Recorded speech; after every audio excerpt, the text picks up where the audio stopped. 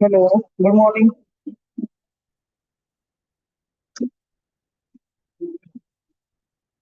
Am I audible? Good morning, ma'am.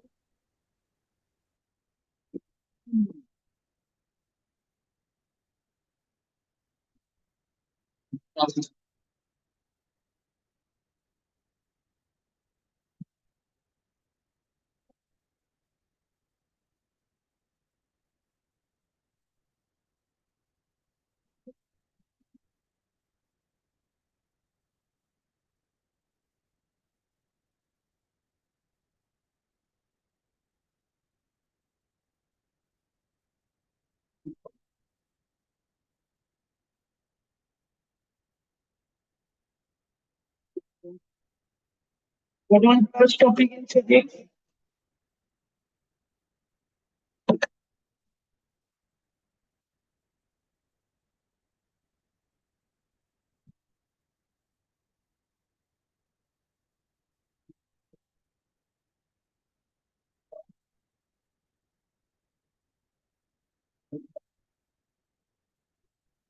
सही काम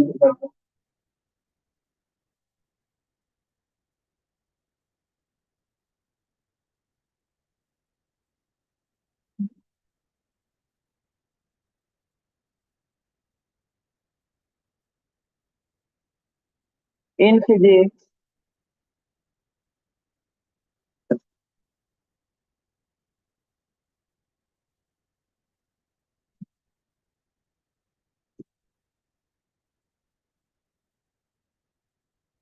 we have done capacitors.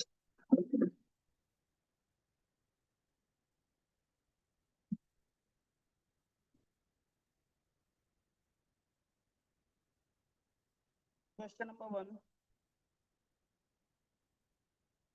Find the capacitance of a spherical capacitor with radius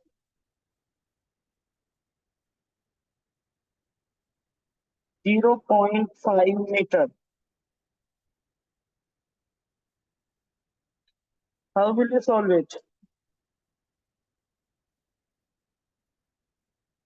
Yes. What was the formula for spherical capacitor?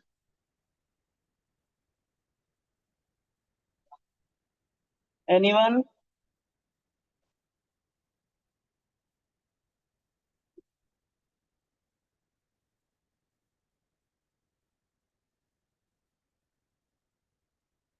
Capacitance for spherical capacitor is given by C is equals to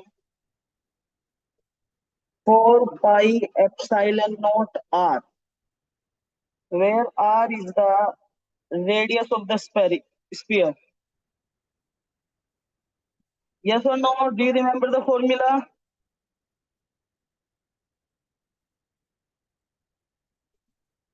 4 pi epsilon naught r. So this will be 4 into 3.14 into what is the value of epsilon naught? Yes. 8.85 into 10 raised to power minus how much? 12 into r. R is given to us 0.5. Solve it. Or there is another way. You can also write it as C is equals to 4 pi epsilon naught r means C is equals to r upon 1 upon 4 pi epsilon naught.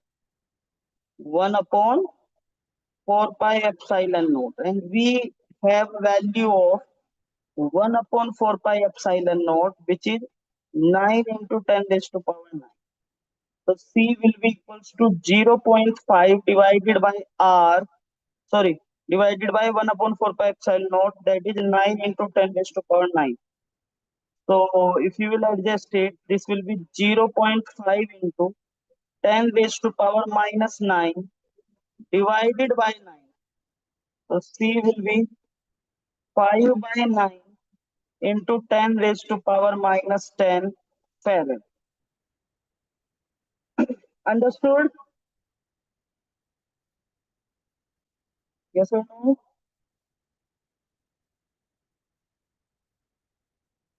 Next question is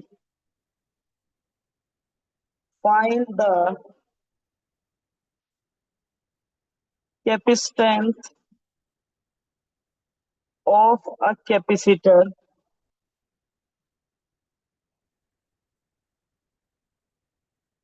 when it is filled by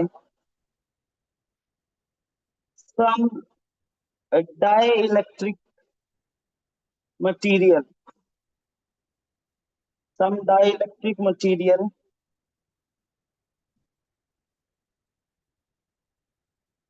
K,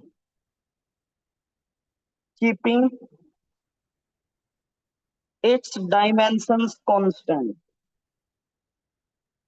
keeping its dimensions constant. So what will be the value of capacitance in this case? So let's say we have a capacitor, parallel plate capacitor, for which area of plate is A, separation between parallel plates is D, and there is vacuum. No dielectric material is present between the plates. So this is vacuum. In that case, we have capacitance C is equals to epsilon naught A divided by D. This is case 1. Now we have another case in which dimensions are constant, which means area of plate is same. Separation between the plate is also same. But between the plates, we are having some dielectric material, dielectric constant K. So in this case, what will be the capacitance? So let's say this is C2 and C2 will be K epsilon naught A by D, which means if you will divide C1 by C2, get it like C1 by C2 will be what? Epsilon naught A by D divided by K times epsilon naught A by D. So epsilon naught A by D, this factor will cancel out and we will have C2 is equals to K times C1, which implies that on putting some dielectric material between the parallel plates of the capacitor, its capacitance increases. So if you want to increase the capacitance, you can put a dielectric material. Understood or any doubt?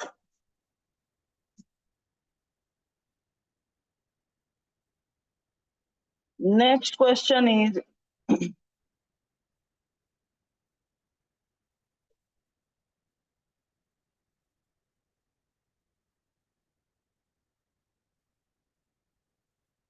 what will be the capacitance of a parallel plate capacitor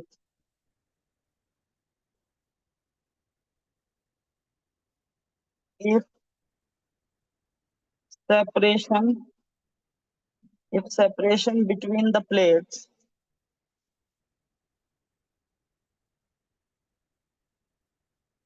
is reduced to half and area of the plate is doubled. So what will be the value of capacitance C? So we know that capacitance C of a parallel plate capacitor is given by epsilon naught A divided by D, In this case, epsilon naught is a constant. So we will work on A and D factor. C is directly proportional to A and inversely proportional to D, which means if we are increasing D, capacitance will decrease, and if we are decreasing D, capacitance C will increase. So what is the condition for D? Condition for D is if separation between plates is reduced to 1 by 2. So if D factor is 1 by 2, what will be the C? If we are reducing distance between parallel plate to half, what will be the value of capacitance C? Because C is inversely related with D. So if we are doing D multiply 1 by 2, then C will be doubled because it's inversely related. Understood? Yes or no? Yes, sir. And if area A is doubled, we are doubling the area. If area is doubled, capacitance is directly proportional to A. So if A is doubled, C will also be doubled. So overall change will be of factor 4 because this is 2 and this is 2. It means capacitance in new case will be 4 times capacitance in old case. Understood? Or there is another method. First we will find out C naught. Let me write it as C naught or original capacitance when there is no change in the dimension. So this will be epsilon naught A divided by D first, and then we will find new capacitance in which there is no change in the medium, but area is doubled. So in place of A, we will have 2A, and distance is reduced to 1 by 2, means this will be D by 2. So on arranging, this will be 4 times epsilon naught A by D, which is from equation first, will be C original. So C new will be 4 times C naught. Understood? One more question.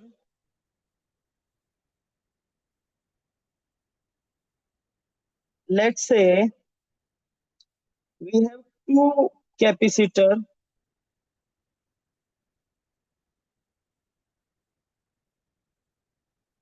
in series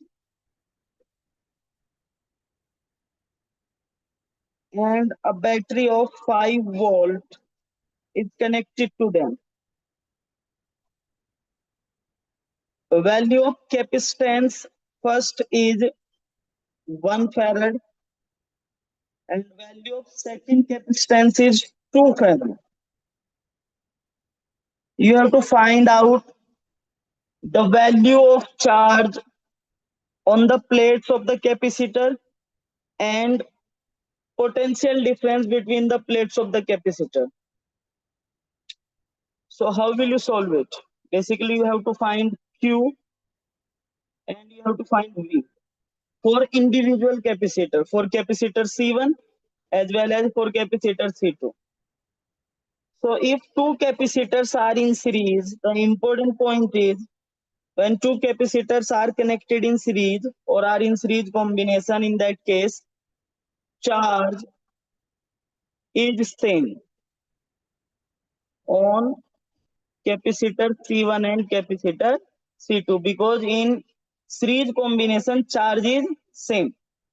So first of all we will try to find out the charge on the capacitor, and for that we will need overall potential, that is 5 volt, and overall capacitance. In series we have net capacitance C1 into meeting C2. मध्ये video चालूच असतो पप्पा.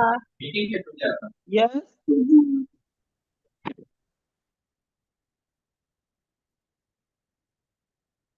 Any problem?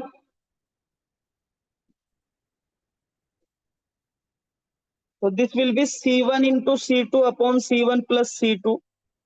So C series will be 1 into 2 divided by 1 plus 2, which will be 2 by 3. Now we can apply the concept capacitance C is equals to Q by V. So charge Q will be C into V, and the value of C, overall capacitance is 2 by 3. Overall potential is 5 volt. So Q will be 10 by 3. Which means if this plate has plus 10 by 3 coulomb, this will have minus 10 by 3 coulomb, this will have plus 10 by 3, and this will have minus 10 by 3 in coulombs. Now we have to find out individual potential for capacitor C1 and C2. So for capacitor C1, Q for capacitor C1 is 10 by 3, and the value of capacitance C for capacitor C1 is 1 farad, and you have to find out the value of V. So again, we can use the formula C is equals to Q by V, and from here V we will have Q by C. So potential for first capacitor will be charge on first capacitor, that is 10 by 3, divided by capacitance, that is 1 farad. So potential will be 10 by 3 volt. For second capacitor C2, the value of Q is 10 by 3 because in series combination Q will be same. And value of capacitance for second capacitor is 2 farad. And we have to find out V. So we can apply the formula for V. V will be Q by C. Q is 10 by 3 divided by C, which is 2. So V will be 10 by 3 into 2.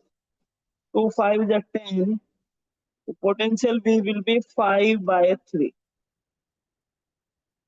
Understood?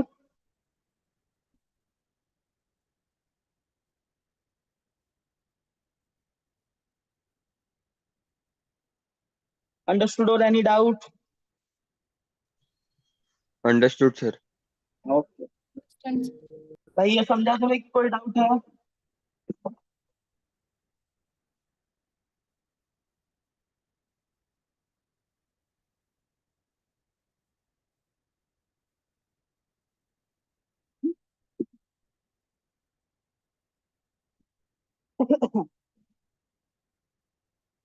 आती क्या sir? नहीं आती ना? सुबह सुबह मुंह उठाया और गेम खेलना स्टार्ट कर दिया तुम लोगों ने. पढ़ाई कर लो बैठ के.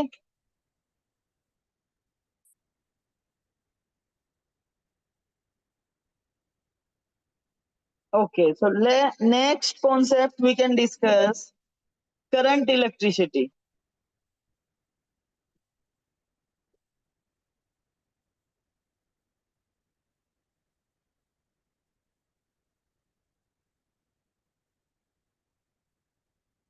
In current electricity, we have a conductor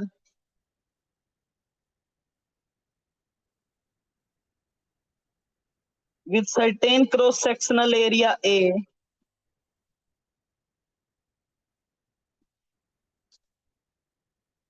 which have number of electrons per unit volume as N. N is the electron density in the conductor or number of electrons per unit volume in the conductor. A is area. Some potential is applied to the conductor. Let's say this is positive terminal of the battery and this is negative terminal of the battery. So in which direction electron will flow?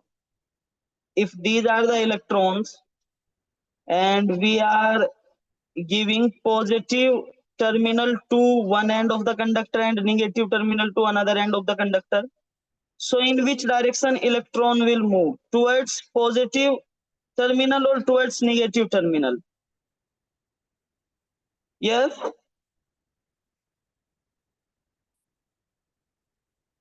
बता दो भाई किधर जाएंगे electron?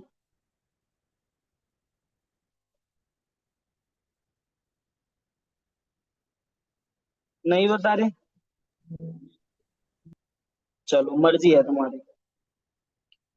Since electrons are positive, they will be since electrons are negative, they will be attracted towards positive end of the conductor. So electrons will move towards positive end of the conductor, and the velocity with which they drift towards positive end of the conductor is known as drift velocity. So let's say electron has certain drift velocity vd. So in this case, A is area of cross section of the wire, N is electron density, which is also given as number of electrons per unit volume. Vd is drift velocity with which electrons drift towards the positive end of the conductor. And due to this drift, there will be some current in the conductor from positive to negative direction. This is the direction of current I. So I is equals to electric current in the conductor. Electric current in the conductor. So there is a relation between electric current and drift velocity. And this relation is given by I is equals to NEAVD, where I is electric current, N is number of electron per unit volume of the conductor, E is charge on electron, A is area of cross section of the wire or conductor, and Vd is drift velocity of the electron, which will be given into the question. So I can be given as I equals to NEAVD, which is known as electric current. There is another way to explain current I in terms of resistance. Let's say if we are giving this conductor potential V,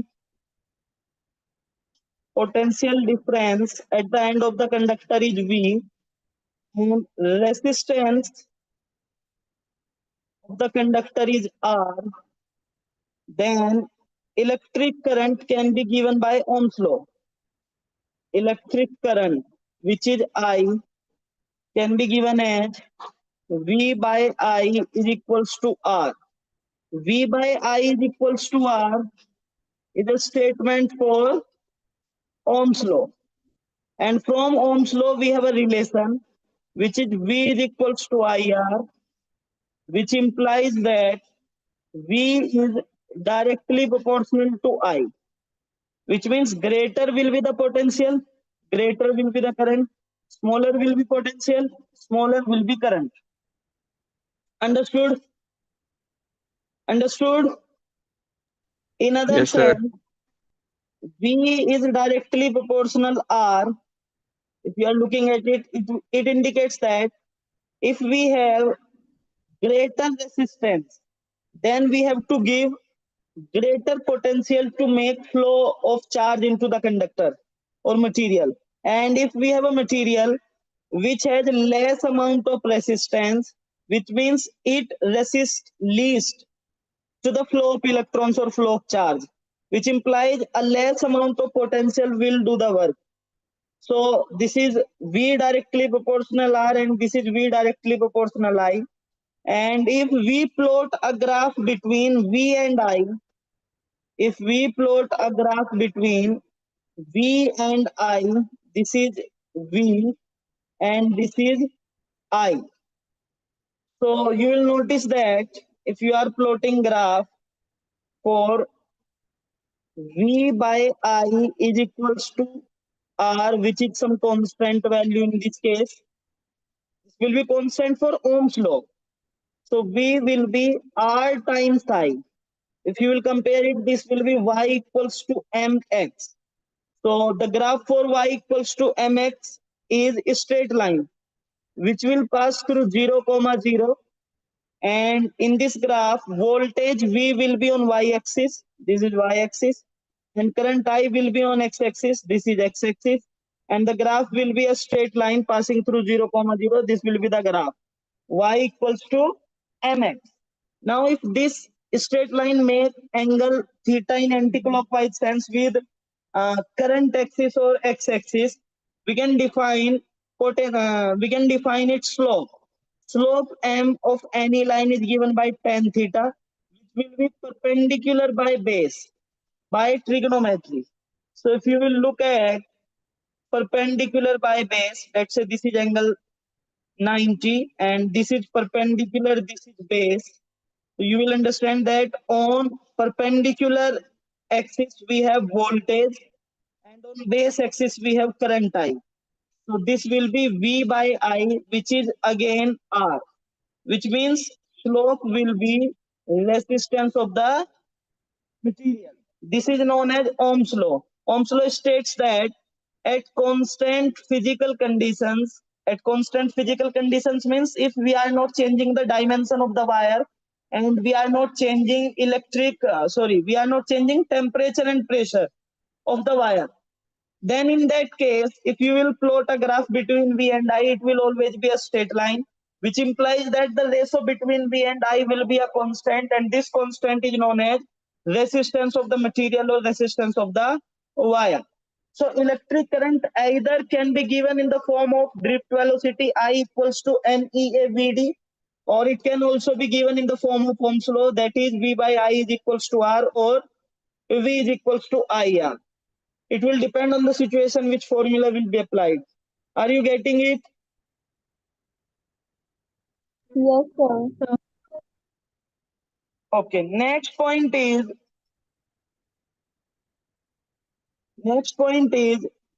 if we look at the formula I equals to NEAVD, we can define a new quantity here, which is I divided by A, which is equal to NEAVD.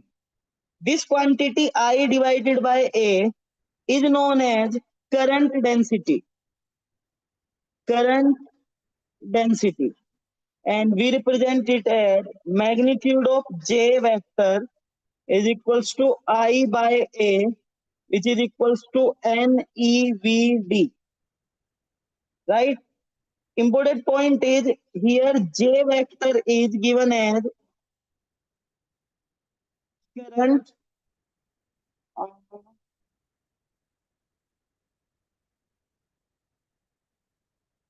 yes, J vector is current density. So in vector form you can write it as I divided by A vector. Or you can simply remember it as NEVD. Or let me write it as, if J is current density and it is a vector quantity, it must have a direction. So direction of J vector will be same as the direction of electric current. Direction of electric current, which means direction of flow of positive charge. Flow of positive charge. You know the sign conventional for electric current, or we call it as conventional direction of current. Conventional direction of current. Conventional direction of current is given by flow of charge. So if we are having positive charge and this is the direction of flow of positive charge, current I will be in the same direction. If we are having a negative charge and this is the direction of flow of negative charge, in that case current will be in opposite direction to the flow of negative charge. So this is conventional direction of electric current, and direction of current density will be same as the direction of current, and direction of current is the direction of flow of positive charge or opposite to the flow of negative charge. Let's find out SI unit for current density J. What will be its SI unit? So we are having I by A. I is electric current which will be in ampere and A is area which will be in meter square. So its unit will be ampere per meter square. And if you want to have its dimension, what will be its dimension? For current we have A, A as ampere, and for meter we have L square. So dimension will be AL minus 2. Are you getting it? Dimension will be AL minus 2. Understood? Or any doubt? Yes, sir. Okay.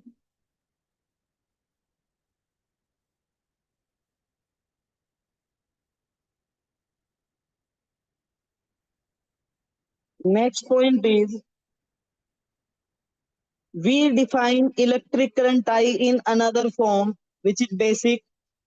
And current I is defined as the flow of charge per unit time. Flow of charge per unit time. Mathematically, it means I is equals to Q by T. So there is another formula for I, that is Q by T. In this case, Q will be in coulomb, T will be in seconds. So we will have 1 coulomb per second, that is known as 1 ampere. This is I scalar quantity. And its dimension will be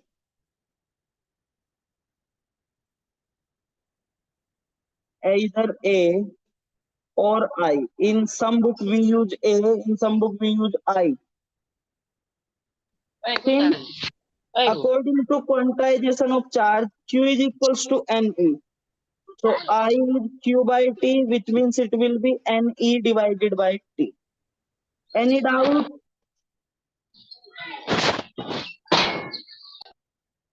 Yes?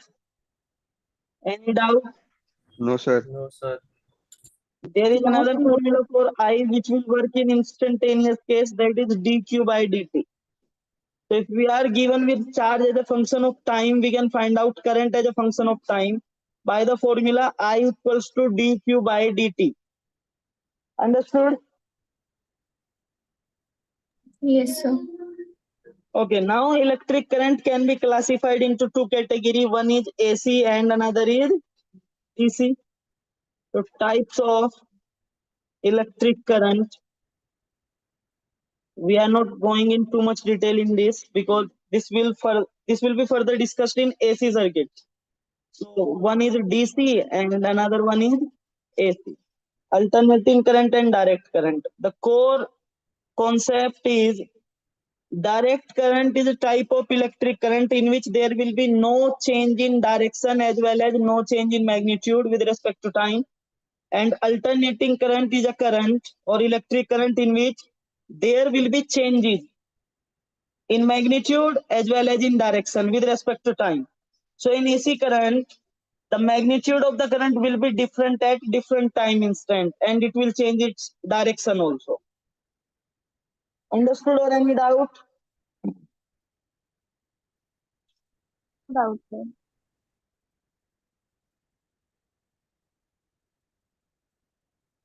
Okay, now we can discuss about electrical resistance of conductor. Electrical resistance of conductor.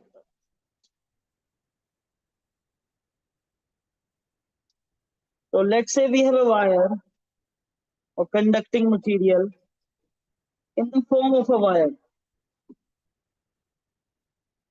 whose length is L. Hello बोलो ना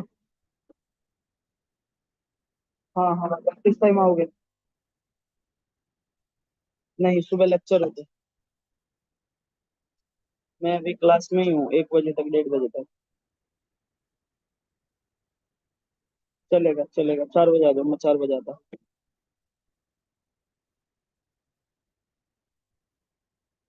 हाँ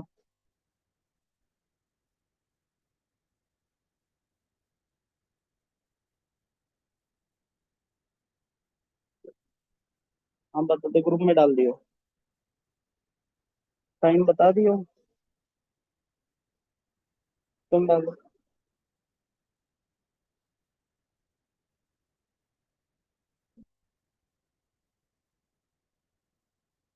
देखो, ठीक है, आरुषि के भी है।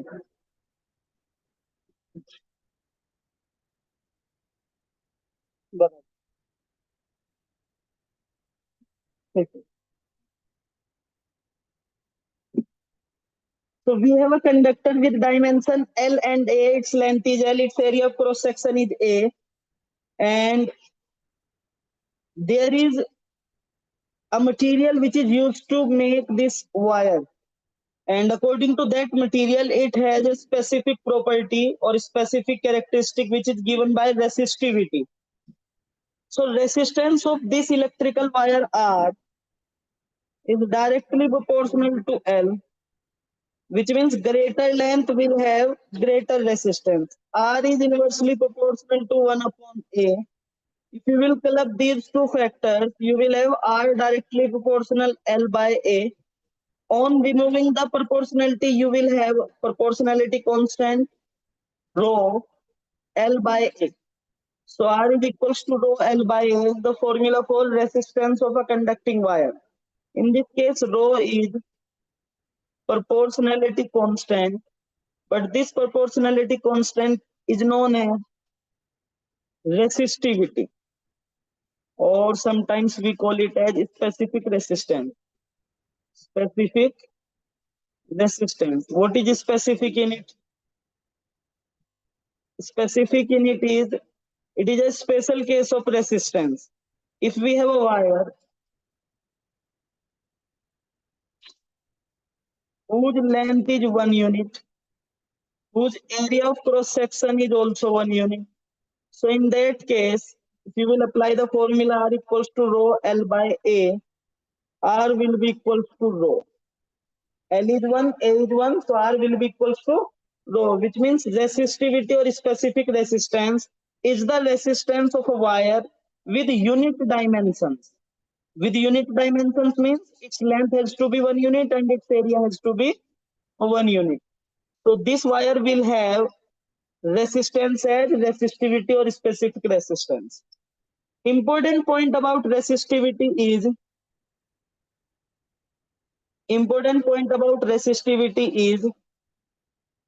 it is defined on a finite wire with finite dimension. That is, it is fixed that its area will be 1 unit, its length will be 1 unit. So resistivity is independent of dimensions. Resistivity is independent of dimensions, which means if we take a wire of length 1 meter of silver and a wire of 2 meter length of silver, both of them will have the same resistivity. Similarly, if we have two wires of silver, one wire is thin and one wire is thick, both of them will have same resistivity. So resistivity is independent of the dimension. But resistivity depends on nature of the material with which wire is prepared, nature of material. If we will change the material, resistivity will change, which means a wire or two wires with same dimensions but of different material. One wire is of gold material, another wire is of silver material, will have different value of resistivity. Right? They will have different value of resistivity in spite of their dimensions is same. Third point is resistivity is connected with temperature. It depends on temperature. Depends on temperature.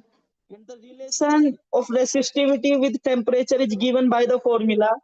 Resistivity at temperature T is equals to resistivity at temperature 0 degrees Celsius into 1 plus alpha T.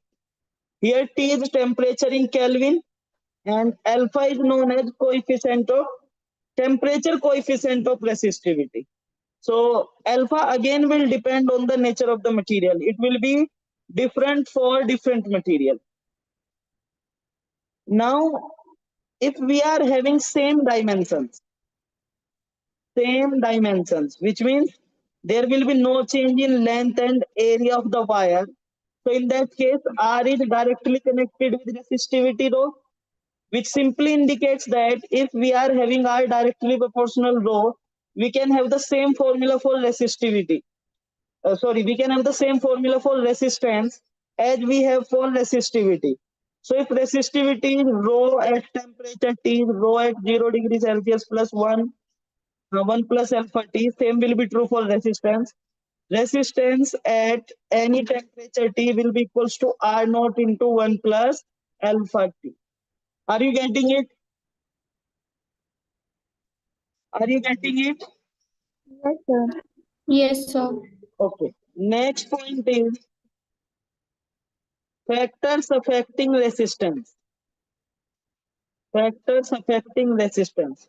And from the formula, R is equals to rho L by A, we can clearly state that R is connected with its dimension, which means if you will change length, resistance will be changed. If you will change area, resistance will be changed. So resistance is dependent on dimensions. So first factor which affects resistance is dimension of the wire. Third point is R is directly proportional to rho, which is resistivity. So resistance is also connected with resistivity, and on changing the material, resistance of the wire will be changed. And the last factor is temperature. R is connected with temperature T also. If you will change the temperature, resistance of the conducting material will change. But the behavior of temperature on resistance of different material has different effect. For example, in case of metal, in case of alloy, and in case of semiconductors, we will have different value of resistance. In case of metal, resistance are increases as temperature increases. So this will go something like this. And in case of alloy, resistance also increases with increase in temperature, but the graph will be like this. There will be a very less change in resistance of the material by changing temperature to a greater extent. In case of semiconductor, it goes like this, which implies that the value of resistance decreases in case of semiconductor. So semiconductor are the material which will have less resistance at higher temperature. Understood or any doubt? Yes, understood or any doubt? No doubt, sir. Okay. So remaining part we will do in the next section.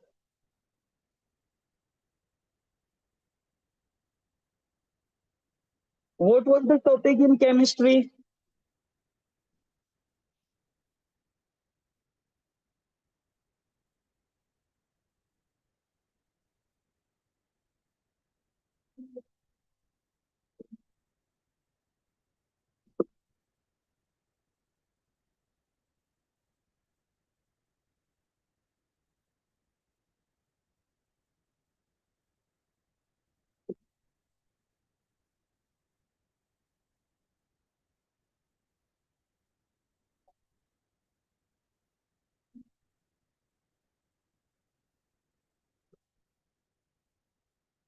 Chemistry में बताओ भाई क्या था last topic?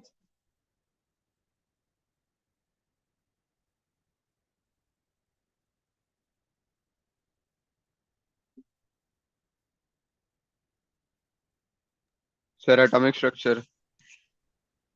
Atomic structure. Okay. In atomic structure, we have done different atomic models, including quantum atomic model, in which we have studied about quantum numbers. principal quantum number, secondary quantum number or azimuthal quantum number, magnetic quantum number, and finally spin quantum number.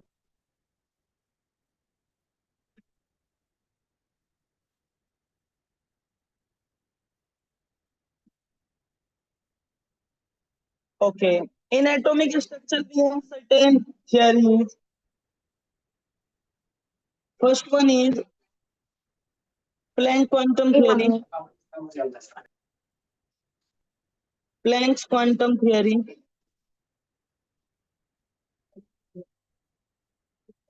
which indicates that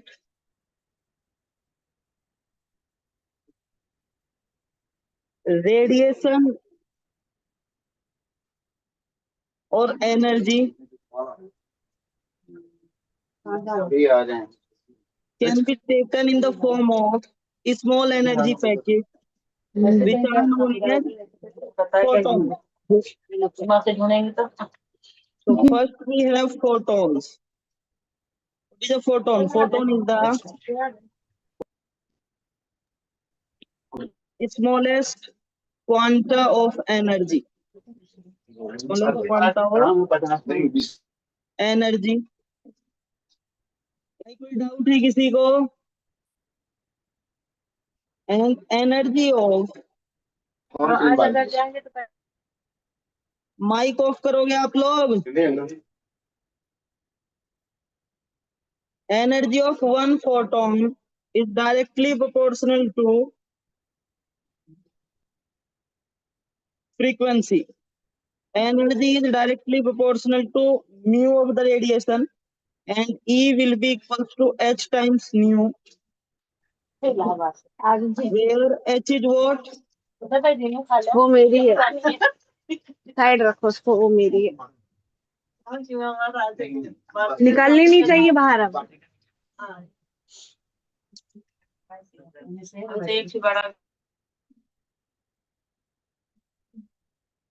H is Planck's constant, and its value is fixed. Value for H is 6.63 into 10 raised to power minus 34 joule second. Question will be straightforward. Question is find the energy of a photon of a radiation with frequency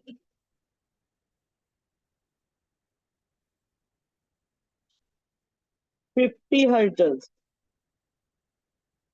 So value of mu or frequency f is 50 hz, and you have to find out the value for energy. So energy E equals to h nu. Value of h is constant 6.63 into 10 raised to power minus 34. Multiply value for frequency is 50. So you just have to multiply it. This will be how much? This will be 6.63 times 5 times 10 raised to power minus 33 joule. And in this case, E will be 3315. That is 33.15 into 10 raised to power minus 33. Are you getting it? Are Yes, you sir. getting it? Yes.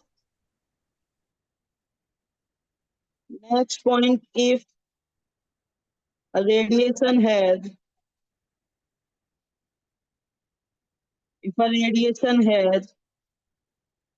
n number of photons, then total energy E will be given by number of photons multiply energy of one photon. So the formula for E will be n photon multiply energy of one photon is h nu. The formula will be E equals to n times h nu. Understood? Now, for any electromagnetic radiation, For any electromagnetic radiation, we have a relation between speed and wavelength. For any electromagnetic radiation or for any wave, it is true for any wave also, whether it is mechanical or non-mechanical, any type of wave will have the same relation. And it is a relation between speed of wave or speed of electromagnetic radiation and its wavelength. Relation goes like this: speed of wave is equals to frequency into wavelength, which means speed of wave v is equals to f into lambda. Now, in case of electromagnetic radiation, in case of electromagnetic radiation,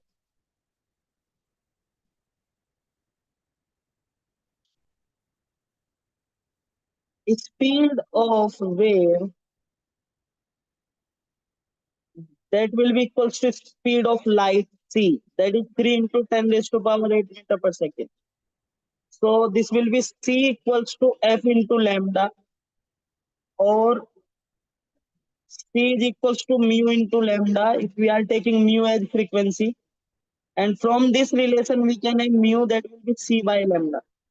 So E is equals to h nu, and if you will take nu in terms of lambda, this will be hc by lambda. Understood or any doubt? Understood, Yes. sir. Okay.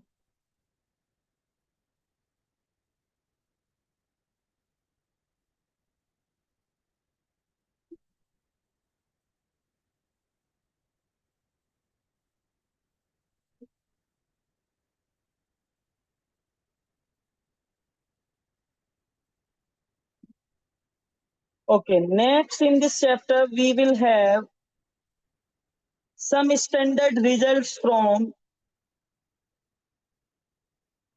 Bohr's atomic model. But before that, we have another theory which is known as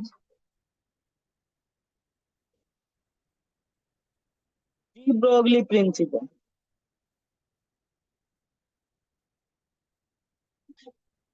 or hypothesis,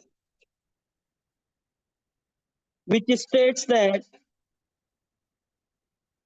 if radiation has dual nature, if radiation has dual nature, that is particle nature as well as wave nature, if a radiation can behave like both, then due to the symmetry in nature, matter must has dual nature. So de Broglie stated that matter also have dual nature, that is particle nature and wave nature. Particle nature and wave nature. In this case, particle nature is given by linear momentum of particle, linear momentum, that is p, and wave nature is given by lambda, that is wavelength. And according to de Broglie hypothesis, there is a relation between both of them, and the relation is wave nature is inversely related with particle nature. Particle nature, which clearly states that if particle nature is greater, wave nature will be smaller, and if particle nature is smaller, wave nature will be greater. In terms of lambda and p, we can write it as lambda is directly proportional to 1 upon p, and by removing proportionality, we will have a constant, that is h. So this is the mathematical form for de Broglie relation or de Broglie principle. It states that wave nature and particle nature both are connected with the help of a constant, and that constant is again Planck's constant. The value for Planck's constant is fixed. It is 6.63 into 10 raised to power 34 joule second. So if we know about the particle nature of a particle or matter, we can find out its wavelength or wave nature with the help of formula lambda equals to h upon p. And now, according to Newton's second law, we have linear momentum p, which is m into v. So lambda is equals to h upon p can be given as h upon mv. Now we have another format for lambda, that is h upon mv. And this formula states that lambda is directly proportional 1 upon m and lambda is directly proportional 1 upon v, which clearly states that if a particle has greater mass, its wavelength will be less or wave nature will be less, and if its mass is less, wave nature will be greater. Same is true for velocity. If it's moving with greater velocity, its wavelength will decrease, and if it is moving with lesser velocity, its wavelength will increase, which means those particles which have less mass and greater velocity will have greater particle nature. Understood or any doubt? Yes? Any doubt in it? No, Okay. sir, understood. Next important principle is Heisenberg principle. Heisenberg's uncertainty principle. ये तो पता होगा आप लोगों को. Anyone? Could anyone give me the statement for it? What is Heisenberg uncertainty principle? Yes?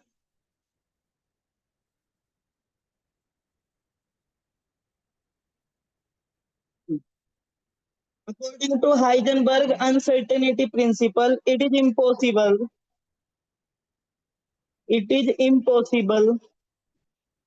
to determine the exact position and velocity of a subatomic particle. This is Heisenberg principle, which states that if you will try to find out the velocity of a subatomic particle to a very precise data, then there will be some uncertainty in its position, which means if you will find out velocity correctly, you will not be able to find out the position of electron correctly. And if you are trying to find out the position of electron accurately, you will not be able to find out its velocity accurately. This is what Heisenberg principle states that. Its mathematical form is given in the form of delta x, which is uncertainty in position,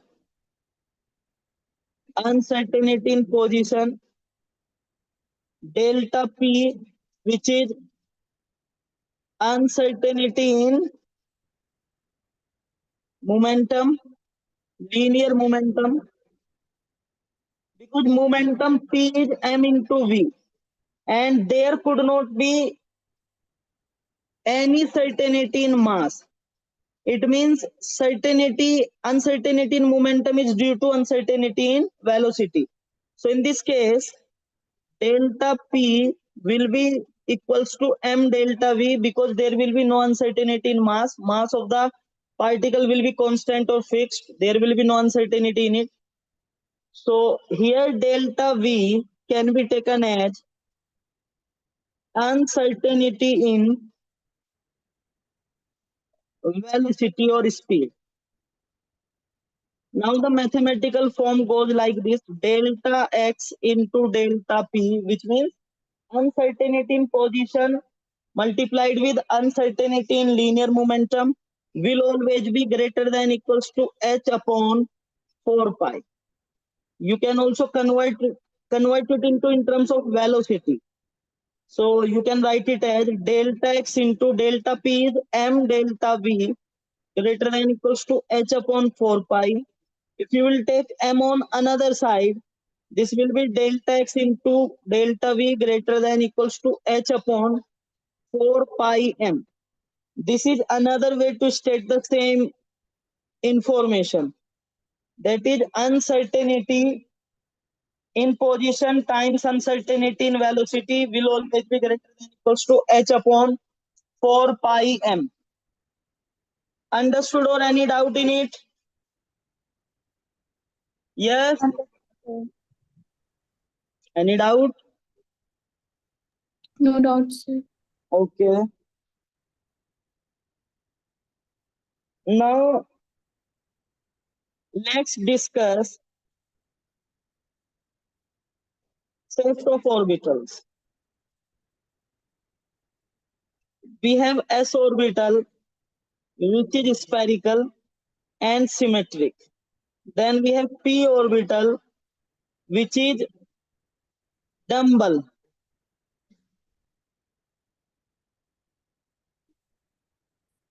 P orbital is dumbbell.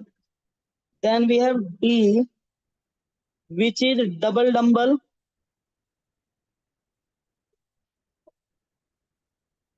Double dumbbell. Then we have f which have complex structure. They also have arrangement of dumbbells, but it is little bit complicated. So we simply write it as complex structure. So this is spherical, this is dumbbell, this is double dumbbell.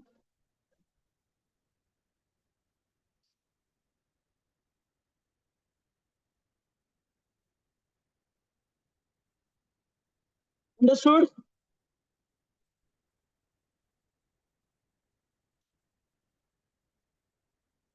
In any orbit or in any orbital, in any orbit, there will be certain regions where there will be no probability of finding the electron.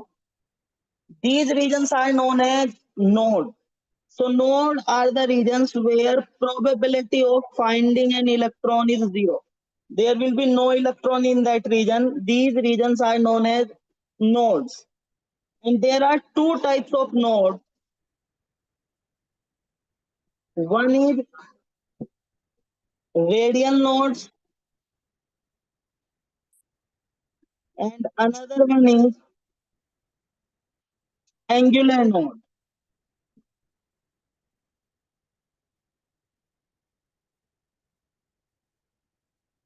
If you want to have number of angular nodes in any orbit, number of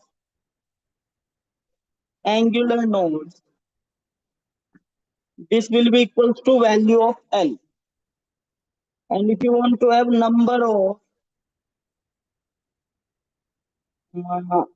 let me write it as number of total nodes. Number of total nodes. Total nodes will be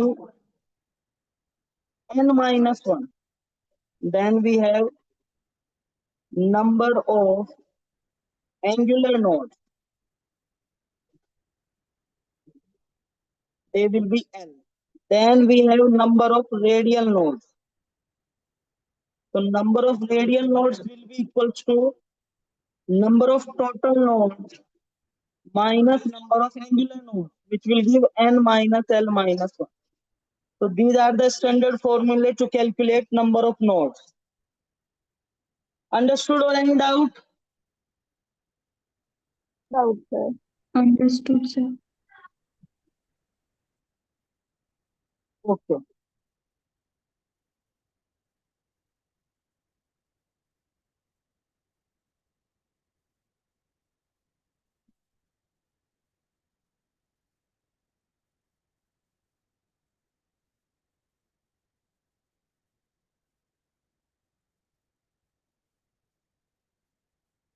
Do you know how to write electronic configuration? SPDF, Akhbahu principle. Yes or no?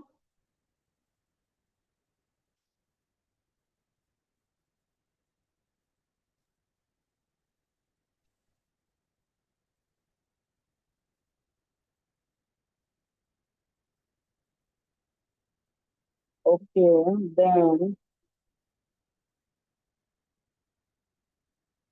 we are left with only one point, which is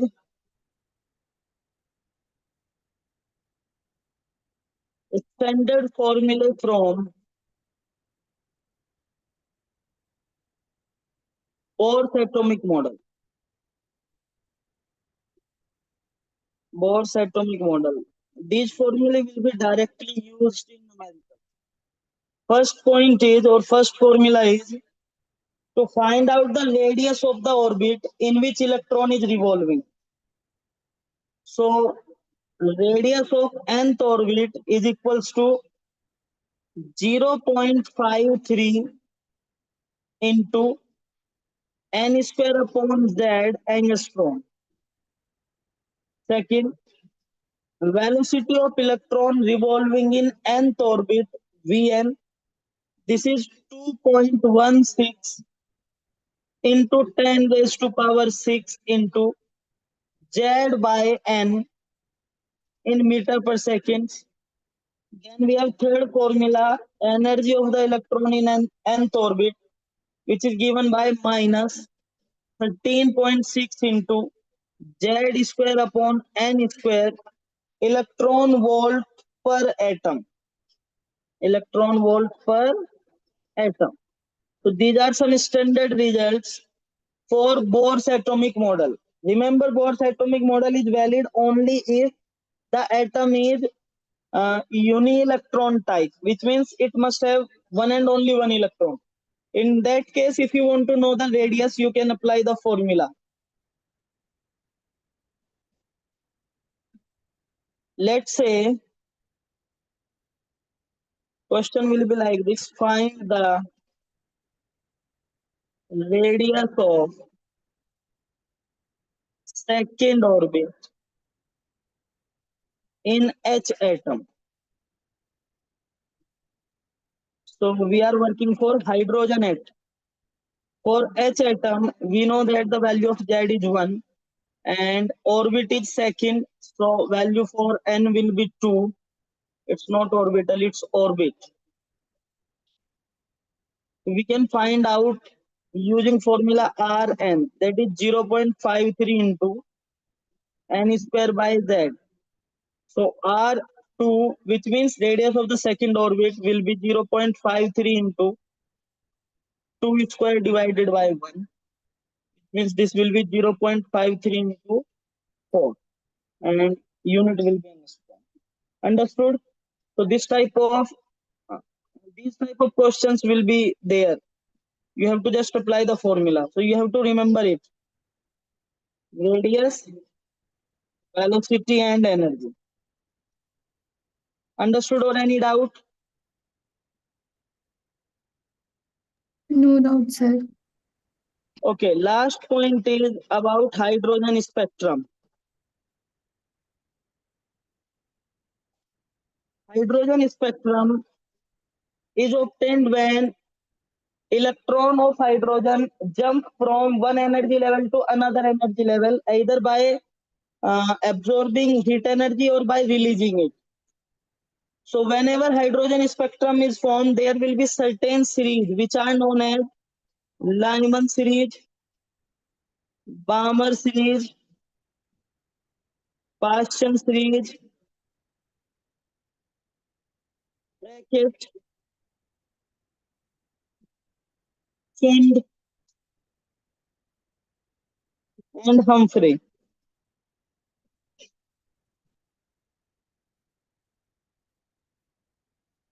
For Lyman series, value of N1, value of N2, and region.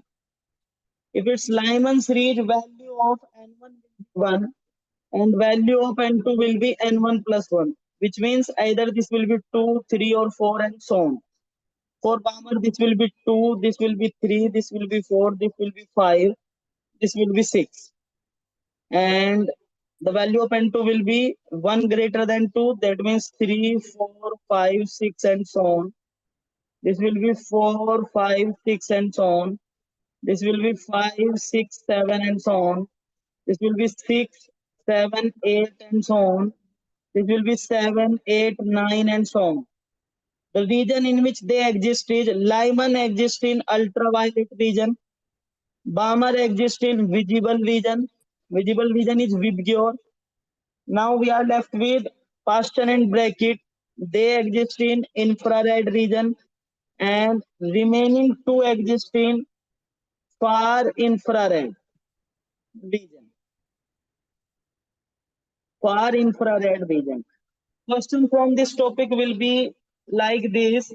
Find the wave number or find the wavelength of the radiation for Lyman series. If electron jump from or transition from second cell or second orbit. So it will be given to you that electron, in which sense electron is working, from which orbit to which orbit it is going. So you just have to apply the formula to find out the wave number or wavelength.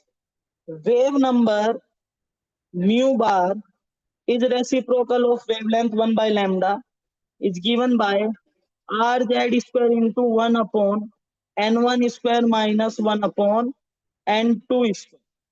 And for hydrogen atom, for H atom, we have fixed value for Z, that is 1, and we have fixed value of R, that is 10 centimeter inverse.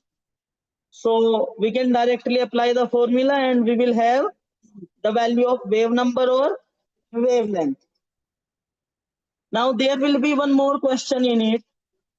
If you want to have longest wavelength of any series, whether it is Lyman series, Balmer series, Paston or Brackett series, if you want to have longest wavelength in any series, what should be the transition? So remember, for longest wavelength, for longest wavelength,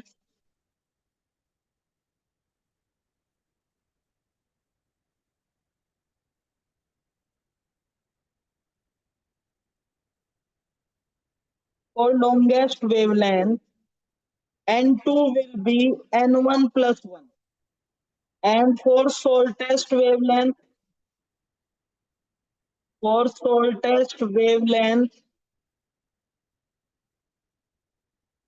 N2 will be infinity.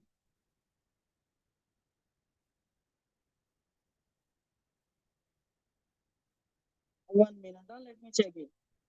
E is equals to hc by lambda. If lambda is minimum, okay, lambda is maximum, E will be minimum.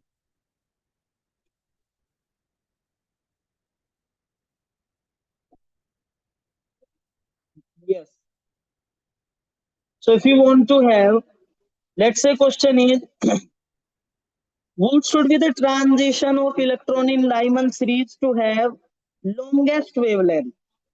So for longest wavelength, electron must transit from n equals to 2 to n equals to 1. Similarly, for Balmer, it will be 3 to 2. And for the shortest wavelength, value for N2 will be infinity. Are you getting it?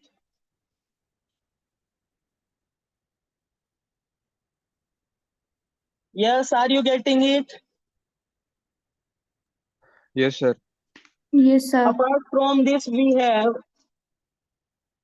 Pauli's exclusion principle and Hund's rule for maximum multiplicity. ये दोनों पता है आपको क्या होते हैं, पढ़ा होगा ये तो. Yes, anyone?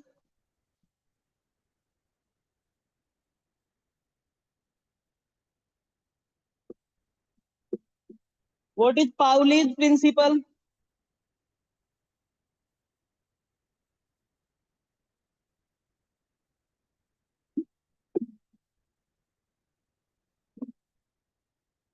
11th वालों बता दो, तुमने तो पढ़ लिया ये पाउलीज एक्सक्लूजन प्रिंसिपल।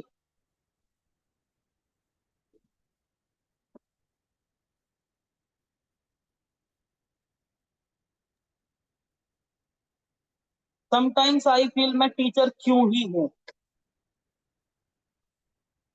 फिर मुझे याद आता है पैसे मिलते हैं, क्योंकि तुम नालायक लोग तो किसी काम के नहीं हो बिल्कुल। एक सिंपल सा कॉन्सेप्ट तुम लोगों को याद नहीं रहता, क्या होगा इस देश का। Pauli's exclusion principle states that in atom, in any atom, no two electron can have same value for all the quantum numbers. So it states that no two electrons in an atom can have identical set of four quantum numbers. No two electrons can have same set of quantum numbers. It also implies that there can be only two electrons in a single orbital. So a single orbital can accommodate maximum two electrons. Not more than two electrons can be given in a single orbital. It may have minimum zero electron and maximum two electron. This is Pauli's exclusion principle. What about Hund's rule? Hund's rule states that if you are giving electrons in a subcell, then first of all you have to give one electron to each orbital. If each orbital has one electron, then only you can pair them. In other words, it means you cannot give directly two electrons to the same orbital. First of all, we will give electrons in a single way. One orbital will be given with one electron. And if each orbital has one electron, after that we will pair them. This is Hund's rule. Understood? Yes or no?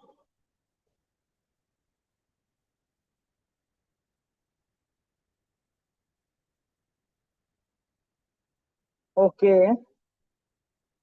The structure of atom is completed. You can practice its question.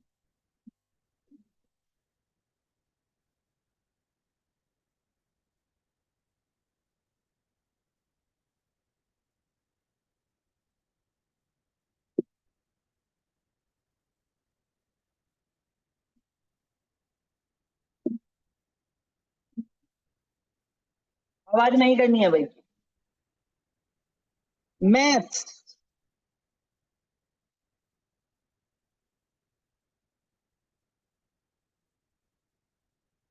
what was the topic in maths? We were doing set theory, right? Today we will discuss operations on set.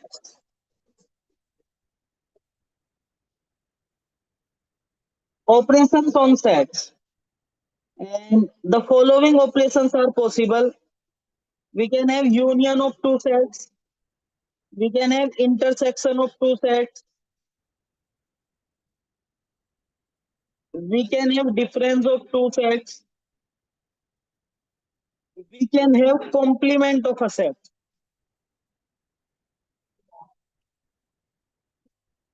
These are the four basic operations on a set. What is A union B? A union B will be a set in which we will have element X such that X is either from set A or from set B. Which means if we have two sets, set A and set B, on taking union, we will combine all the elements of set A and set B.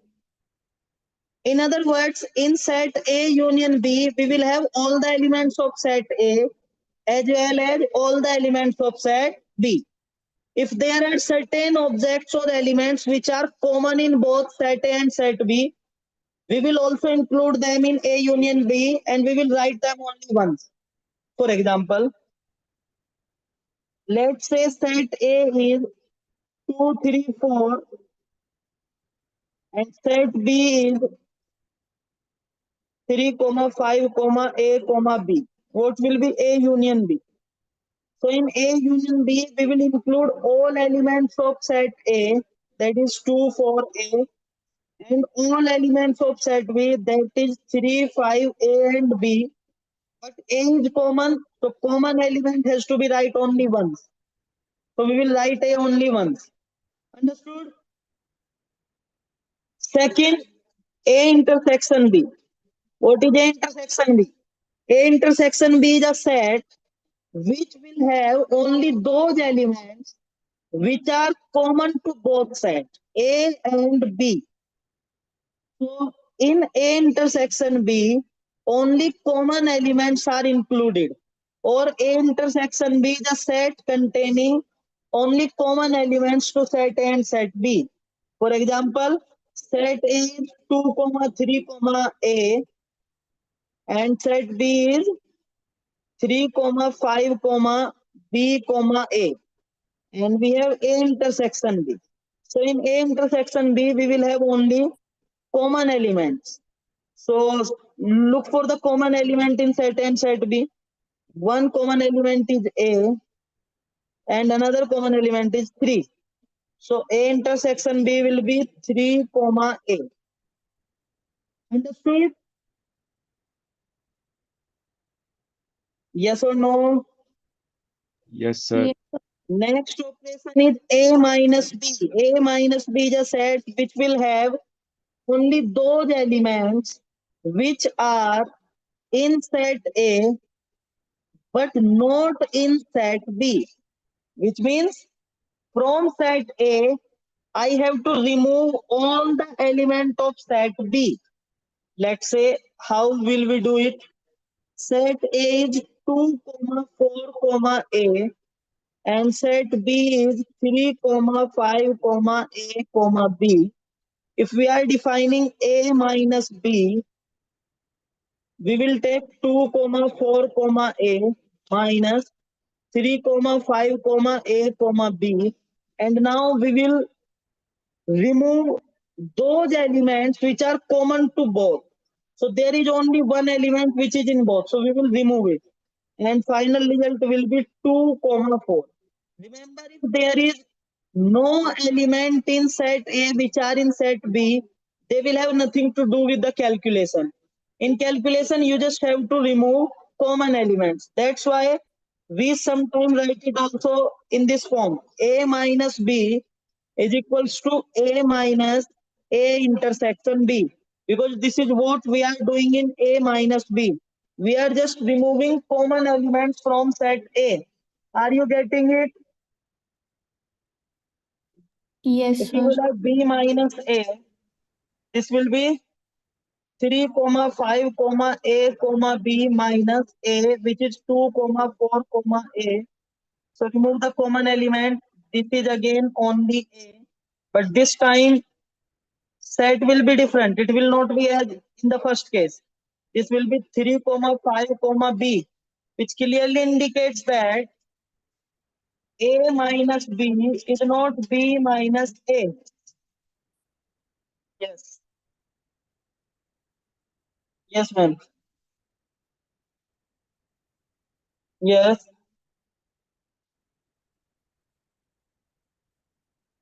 हाँ हाँ हाँ नहीं, चले गए वाले bio वाले चले गए। भाई नीट वाले बायो वाले बच्चे नीचे जा सकते तुम, मैथ्स वाले हो तो इधर देख लो।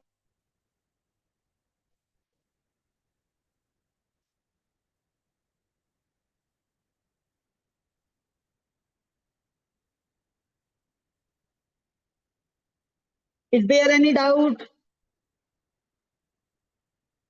Yes. No, sir. No doubt.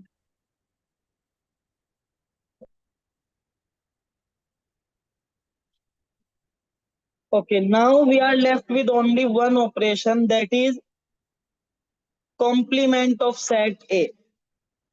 So to have complement of any set, first of all we have to take universal set. If we have universal set, then only we can define complement of a set.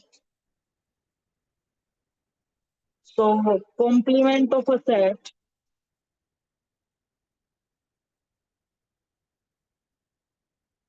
is given by A complement or A complement, and it is defined as A dash or A complement is equal to universal set minus A. Understood? Universal set minus A. Which means if we have universal set 1, 2, 3, 4, 5, and we have a set A with reference of the universal set. Let's say this is 2, 3. We have to find out A complement. So A complement will be U minus A. A complement will be 1, 2, 3, 4, 5 minus 2, 3. So take 2, 3 outside of the set. We are left with 1, 4, and 5. This will be the A complement. Now you can have the same information in Venn diagram also. For example, if we are defining A union B, what does it mean or what does it look like in Venn diagram? So this is universal set U. There are two sets, set A and set B. And set A and set B are in union. So when you are taking set A and set B in union, all the elements will be taken.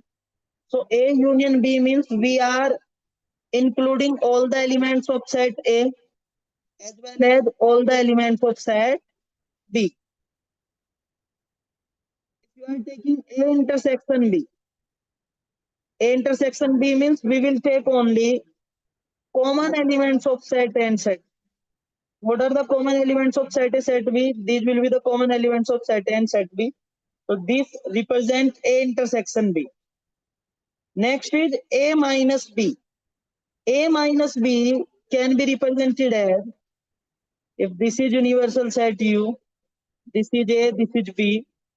A minus B means we are subtracting B from A, which means we are taking only those elements of set A which are not in set B. So we will take only that part of set A which is not included in set B, which will be this one. This. So this is A minus B. And in case of complement, this is universal set. This is set A. And A complement is universal set minus A, which means you have to take A out of the universal set. So if you will cut this circle A out of the universal set, you will be left with this region. So this remaining region with blue line represents A complement. This is A complement. Interesting point is, if you will combine set A with its complement, set A with its complement, that is A union A complement, it will again be complete universal set. Understood or any doubt? Yes? Any doubt? No doubt, sir. Okay, next we have, which is known as symmetric difference. Symmetric difference. Symmetric difference between two sets A and B is defined by A, symmetric difference B, or A, symmetric difference B, and it is given by A minus B union B minus A. So if you will look at it from the Venn diagram, you can have different definition for it. This is set A, this is set B. What we are doing in symmetric difference is, we are taking A minus B. A minus B will be this part. This is A minus B. And B minus A will be this part. This is B minus A. So you will notice that if you will union them, if you will union blue part and the red part, you will left with common part, which means symmetric difference can also be given in this form. What is the form? First, you take A union B and then subtract from it A intersection B. A union B will be complete region, and if you will subtract A intersection B, this region will be subtracted, and you will be left with this part and this part. So A symmetric difference B can either be given in this form, A minus B union B minus A, or it can also be given in this form, A union B minus A intersection B, which means symmetric difference is the difference between union of two sets and intersection of those two sets. Understood?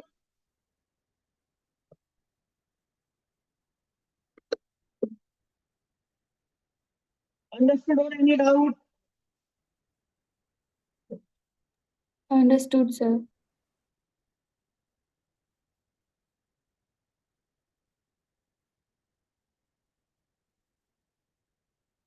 Okay. Now we can do some questions.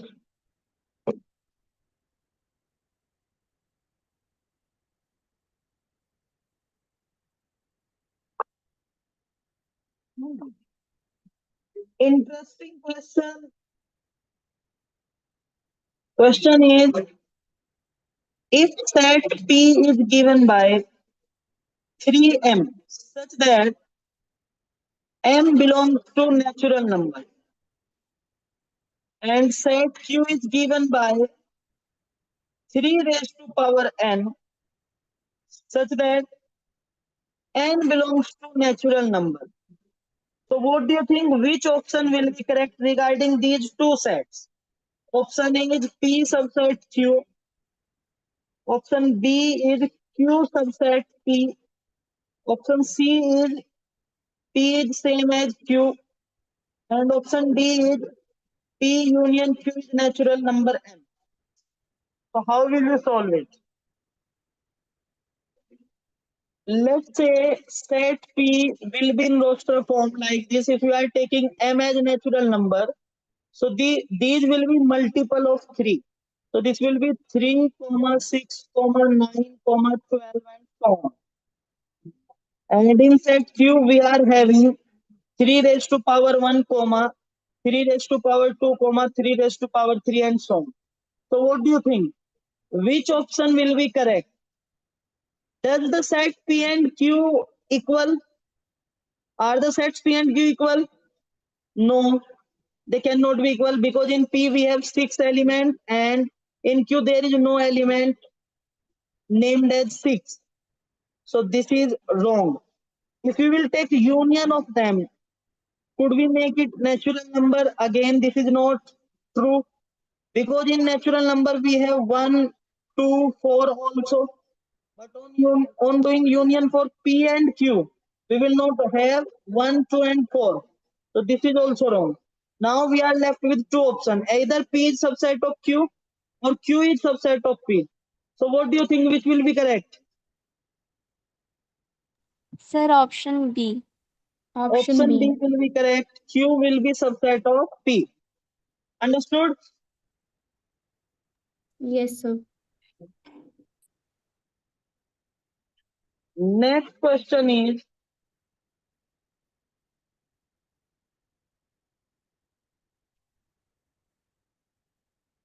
if two sets contain NA and NB, NA union B is 110. You have to find NA intersection B. Options are 240, 50, 40, 20. Sir, So option what D. is the 20. relation for NA union B? NA union B is what? NA plus NB minus NA intersection B. We have to find out the value of NA intersection B. So this will be NA plus NB minus NA union B. What is the value of NA? 70. NB 60 minus NA union B is 110. So what will be NA intersection B? 70 plus 60 will be how much? 130 minus 110. So final answer will be 20. 20. Are you getting it? Yes, sir. Yes, sir. Question is the number of all possible proper subsets.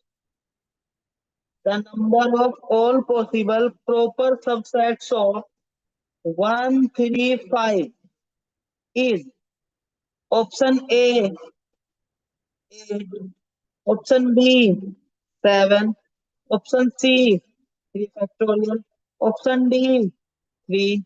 What will be the answer? Sir, 7. 2 to the power 3 minus 1. Yes. Number of proper subsets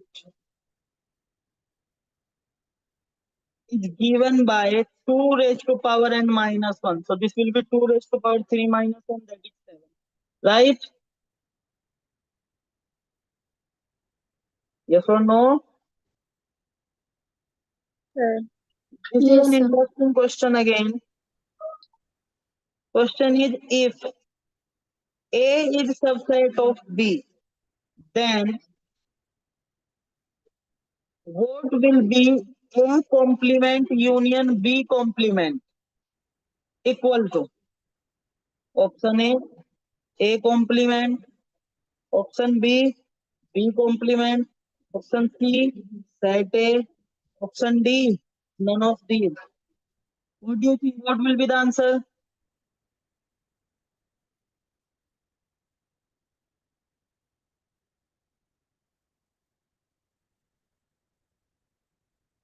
This is set B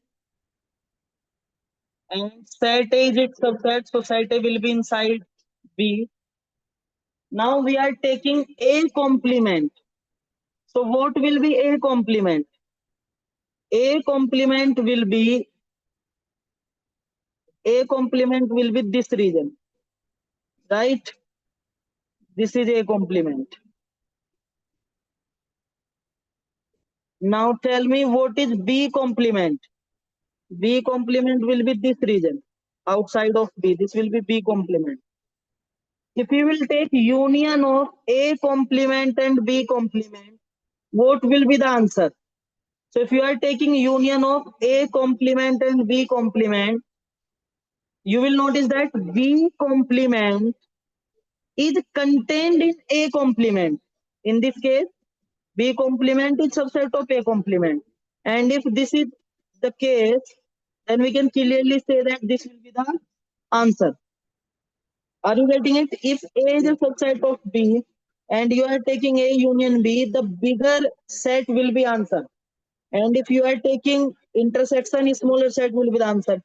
Same is true for this B subset A complement. So if you will union them, bigger set will be the answer. That is A complement. So answer will be set A. Understood or any doubt? Yes. Any doubt?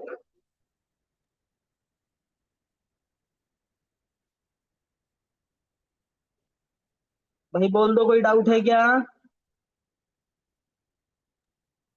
No doubt, sir. No, sir.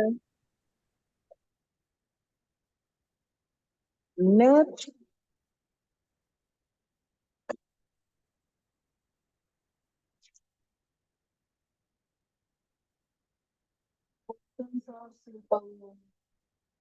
Okay. Let's do next topic. After set theory, we can work on Cartesian product.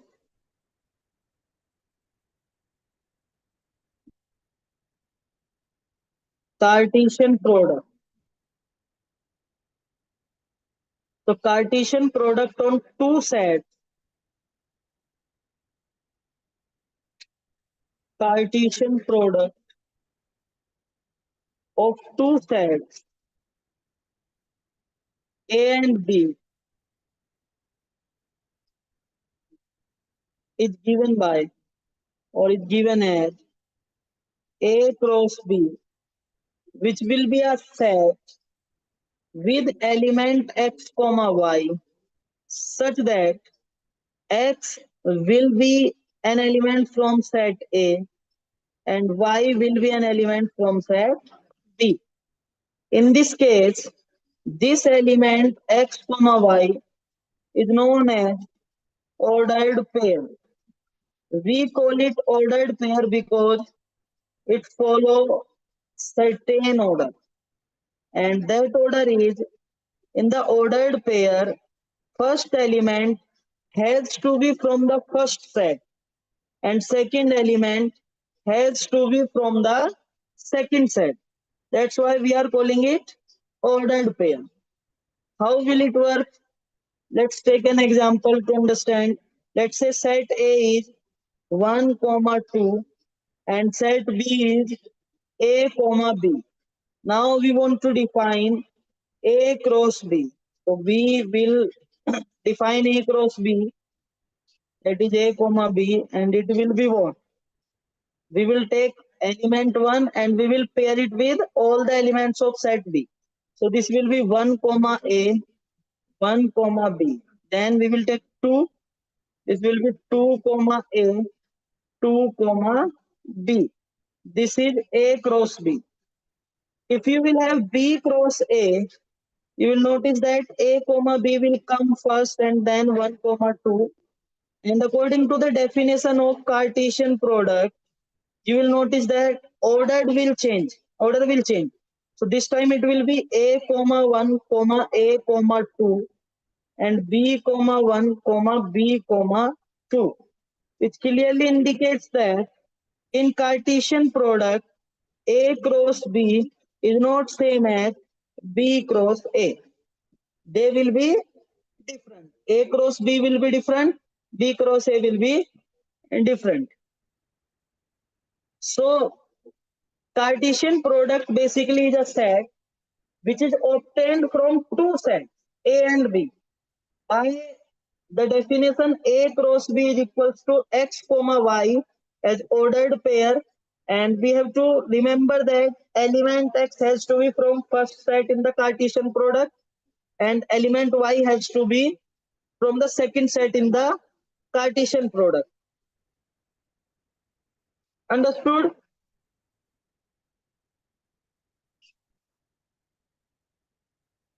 Equality of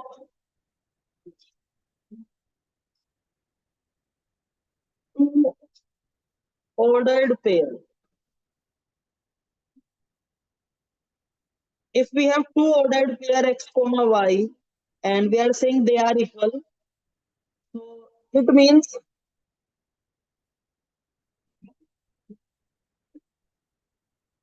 it means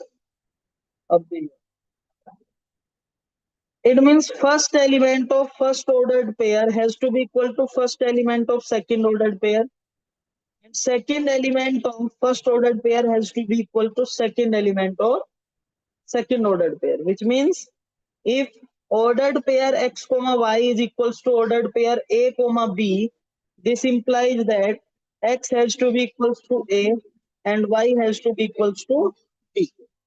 Let's take another example to understand it. If x plus 2 comma y is equals to 3 comma 2y plus 1, find the value of x and y. Find the value of x and y. Since these two ordered pairs are equal, which implies that first element will be equals to first and second will be equals to second. So x plus 2 will be equals to 3 and y will be equals to 2y plus 1. x will be 3 minus 2, that is that is plus 1. X will be 1. And if you will rearrange it, this will be y minus 2y equals to 1, minus y equals to 1, and y equals to minus. Understood or any doubt? No doubt, sir. Next point in Cartesian product is ordered triplet.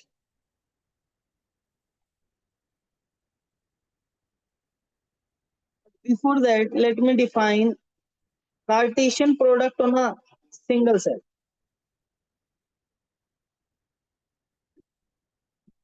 Cartesian product on set A.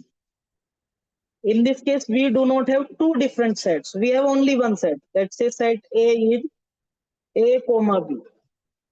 And we have to define Cartesian product on set A. So Cartesian product on set A will be given by A cross A. So this will be A cross A, which means first element will be from A and second element also will be from set A. All the elements will be from set A. And in this case, we will write it as A comma A comma A comma B and B comma A comma B comma B. This is Cartesian product on set A. From this definition, we define ordered triplet.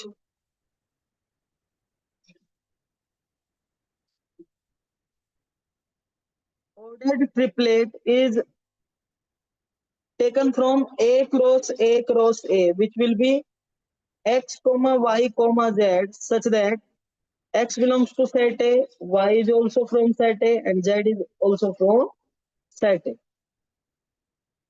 How will we define it?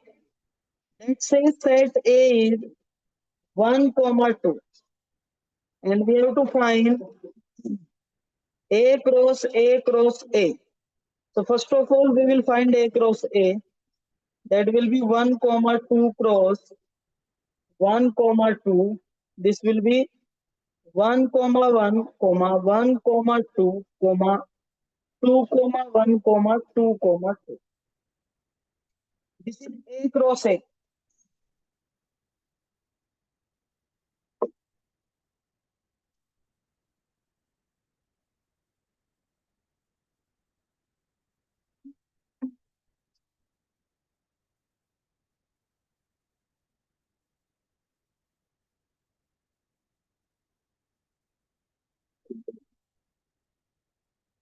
If you will take A cross A cross A, will be like A cross A will work as one set and set A will work as different set. So you can have 1 comma 1 comma 1 comma 2 comma 2 comma 1 comma 2 comma 2, and it will be multiplied with it will be Cartesian product with 1 comma 2. So again we will go by the definition. One element will be paired with all the elements. So this will be 1 comma 1 comma 1 1 comma 1 comma 2. Then this element will be paired with all the elements. So this will be 1 comma 2 comma 1 1 comma 2 comma 2. Similarly, we have 2 comma 1 comma 1 2 comma 1 comma 2. Then we have 2 comma 2 comma 1 and 2 comma 2 comma 2. This is the answer for ordered triplet A cross A cross A. Understood or any doubt in it? No doubt, sir. Okay.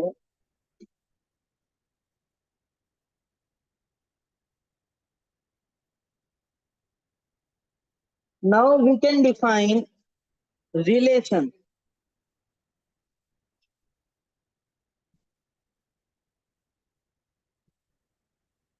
Relation has same sense in mathematics as it has in our daily life.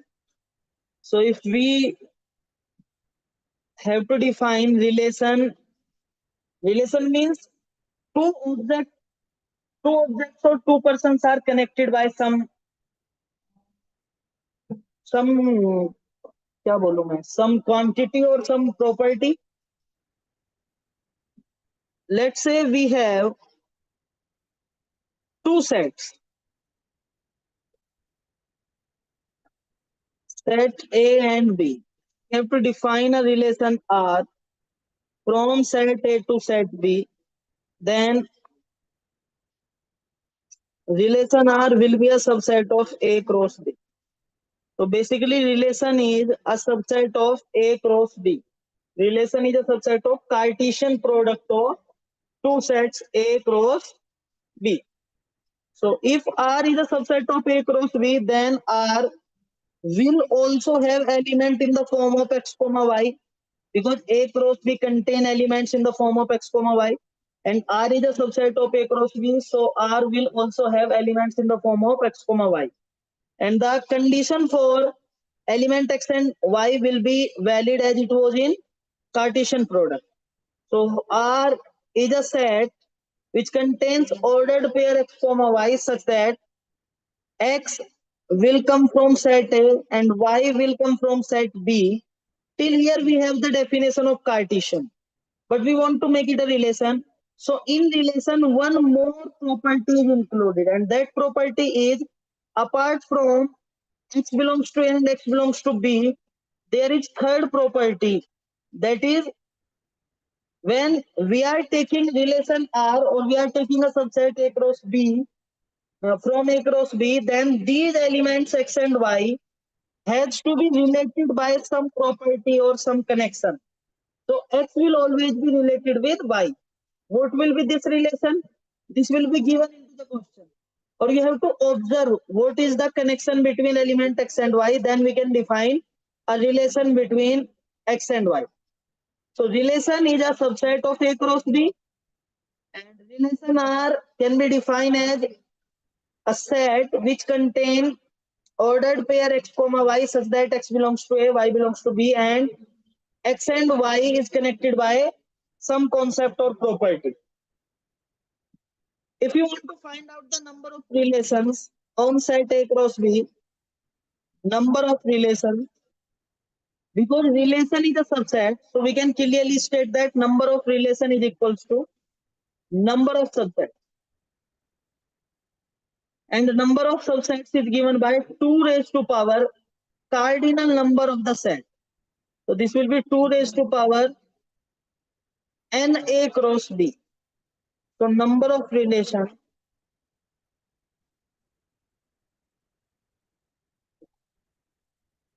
is equals to 2 raised to power cardinal number of A cross B. Cardinal number of A cross B is given by n A cross n B. This is again an important point. If we are defining A cross B, then total number of elements in A cross B will be equals to, total number of elements in A cross B will be equals to number of elements in set A multiplied with number of elements in set B.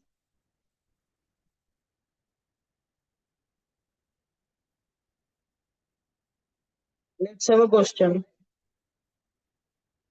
If NA is 2 and NB is 3, find the total number of relations. Find the total number of relations from set A to set B. So how will you solve? Number of elements in set A is 2. Number of elements in set B is 3. Total number of elements in Cartesian product A cross B will be NA into NB. That is 2 into 3, 6. And number of subsets we have to find out. So number of subsets, let me write it as number of relations. Number of relations is given by number of subsets. And the number of subset will be given by 2 raised to power 6, that is cardinal number of A cross. So this will be the correct answer. Understood or any doubt?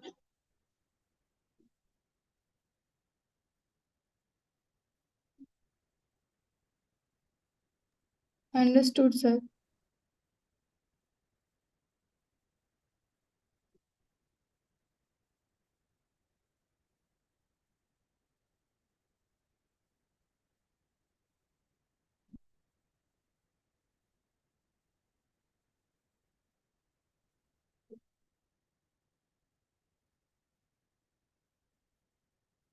Let's take one more example.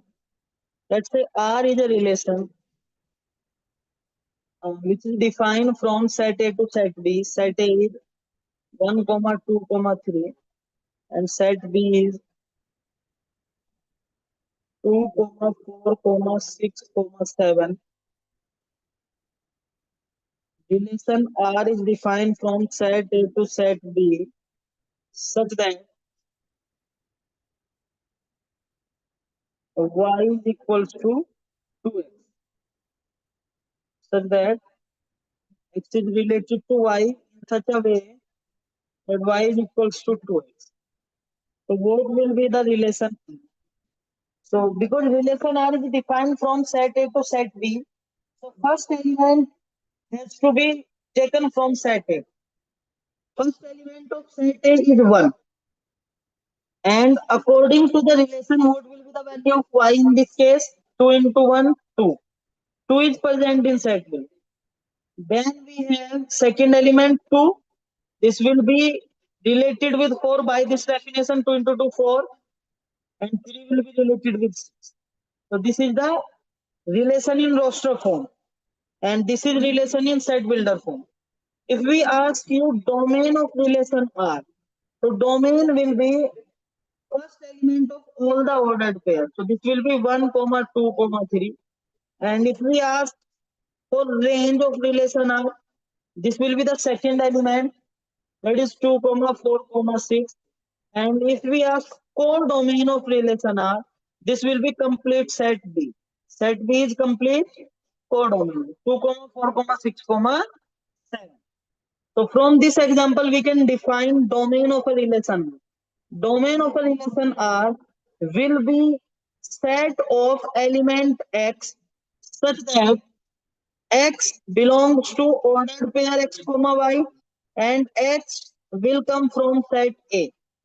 Range of relation R will be set of elements Y such that Y is in ordered pair and Y is coming from set B. Codomain, there is nothing about codomain. Set B complete will be codomain. Understood?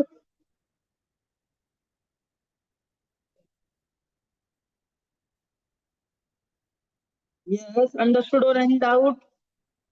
Yes, sir. No doubt, sir. Okay.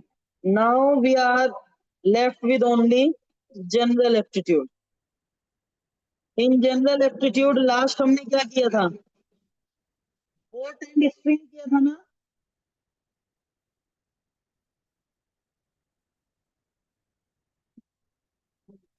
Yes, sir.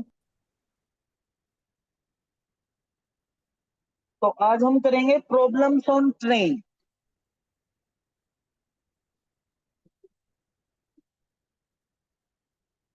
Problems on trains. In this topic, questions will be like this. There is a train of certain length and it starts from certain point and it crosses a pole. So what will be the time to cross the pole completely by the train? Or there are two trains which are moving in opposite direction to each other. How much time they will take to cross each other? Or a person is standing at a platform, a train is going from the platform. How much time it will take to cross the person completely? These type of questions will be in this topic. And for this, you must know basic concept of speed and distance, time and distance. Speed is given by distance by time.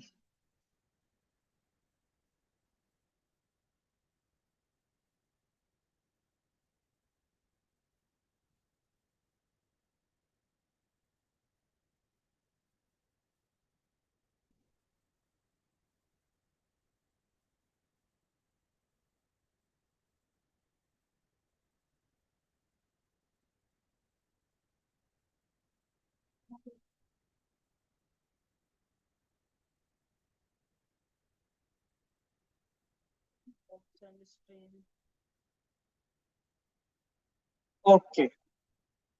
First point is, if you are given with speed in kilometer per hour and you have to convert in meter per second, you have to multiply by 5 by 18. This will be in meter per second. Second, if it is in meter per second, multiply by 18 by 5 will convert it into kilometer per hour. Third point,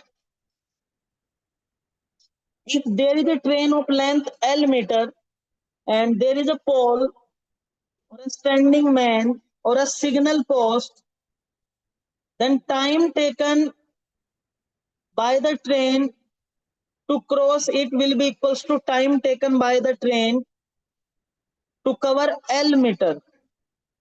So point is time taken, let me write it as length of train is L. Length of train is L. And let's say this is train and this is a pole or signal post or a person. It may be anything, pole, person or signal post. Let's say train is moving with velocity v. Length of the train is L. Now the question is, how much time will it take to cross the pole? So to understand it, you just look at the condition. When it will start to cross it, its first point will be here. Its engine will be here basically, starting point. And then this will go in forward direction. And we will say the train has crossed the pole when end point will be here. So the pole will be crossed if this is the end point, this is the starting point. So overall, this is length of the train. So to cross the pole, train cover the same distance as its length. So time taken to cross the pole will be time taken to cross the pole or person or whatever it is. Let's say it is t. So this will be the basic concept of speed. Speed is equals to what? Distance by time. The speed v is equals to distance d by time. Time will be distance by v. So in this case, time t will be distance d by speed v. Distance d to cross the pole is same as length of the train divided by speed of the train. Are you getting this point? Time taken to cross it? Yes. Yes, sir. Second point is, if this is a train of length L and there is an object of length B, speed of train is V, how much time it will take, how much time will be taken by the train to cross this object? So again, time taken will be distance covered by speed.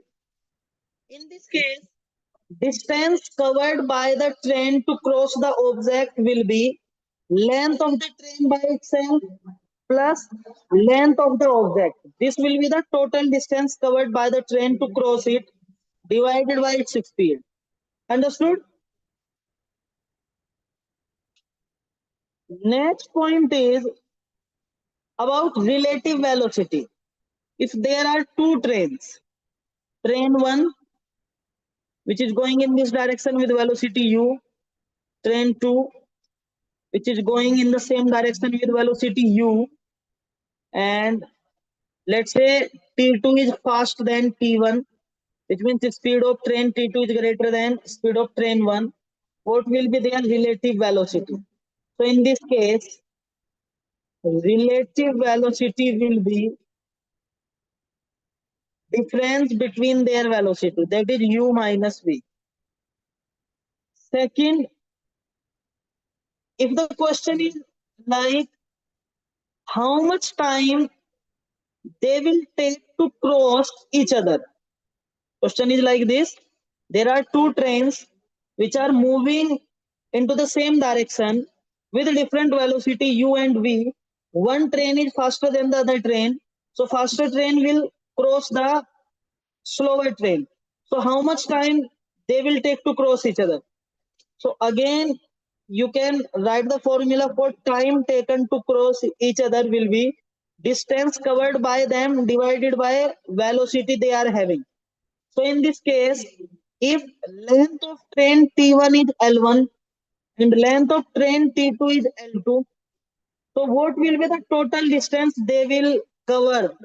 So total distance will be L1 plus L2 to cross each other, and their relative velocity is u minus v. In this case, one object is not stationary, so we will have to take relative velocity in place of velocity v.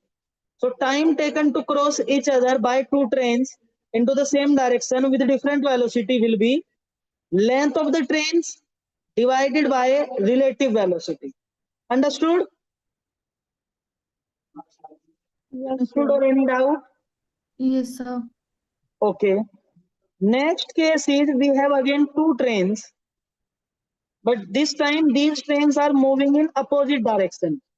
They are moving in opposite to each other with velocity u and velocity v. Let's say this is train 1, this is train 2, and they have again different length. Let's say its length is L1 and its length is L2. In this case, relative velocity will be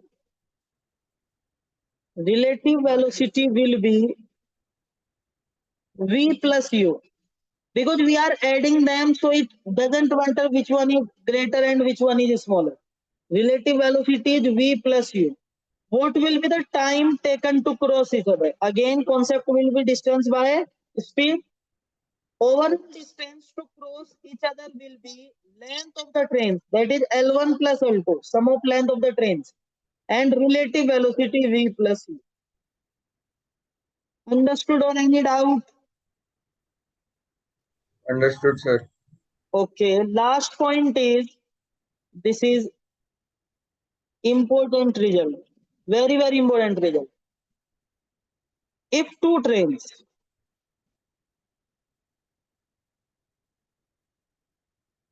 or two bodies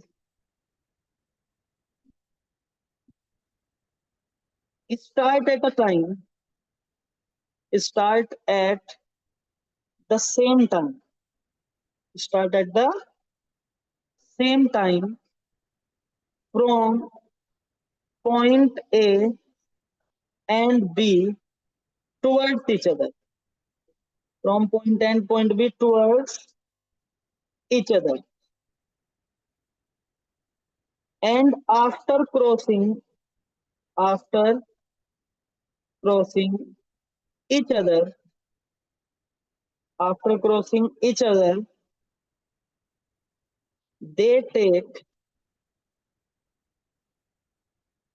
A and B seconds to reach the point B and A respectively. Then what is the ratio of speed of A to B? So speed of train A or object A to speed of train B or object B is given by root of B is to root of A, where B and A is the time taken to reach the point A and B. If I will give it in physical form, this will be like, let's say this is point A and this is point B. This is train T1, this is train T2. Train T1 is going in this direction with certain velocity. We do not know the velocity. Train 2 is going in this direction, certain velocity. At some point or at some instant, they will cross each other. So train T1 will be going in this direction now. After crossing train T2, train T2 will be going in this direction. So the question is, if after crossing each other, which means after this instant of time, train T1 take a second to reach point B and train T2 take B seconds to reach point A, what will be the ratio of their speed? So ratio of their speed, that is U is to V, because speed of train A is U and train B is V. So U is to V will be square root of B to square root of A. Understood? Sir, can you please explain the conditions again? Okay, condition is there are two trains. They are moving towards each other and they start from two different points, two different location A and B, but they start at the same time. At the same instant they start. So after some time, at some point of the journey, they will cross each other. After that instant, we are counting the time. So after crossing each other, train T1 take A seconds to reach point B and train T2 take B seconds to reach point A. If this is the case, what will be the ratio of train A and train B, which means train 1 and train 2? So ratio between their speed will be U is to V, and that can be given by square root B is to square root A. Understood? Yes, sir.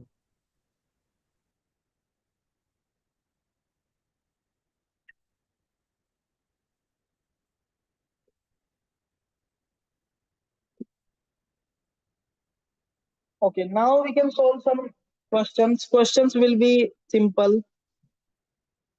First question is 100-meter long train. 100-meter long train is running at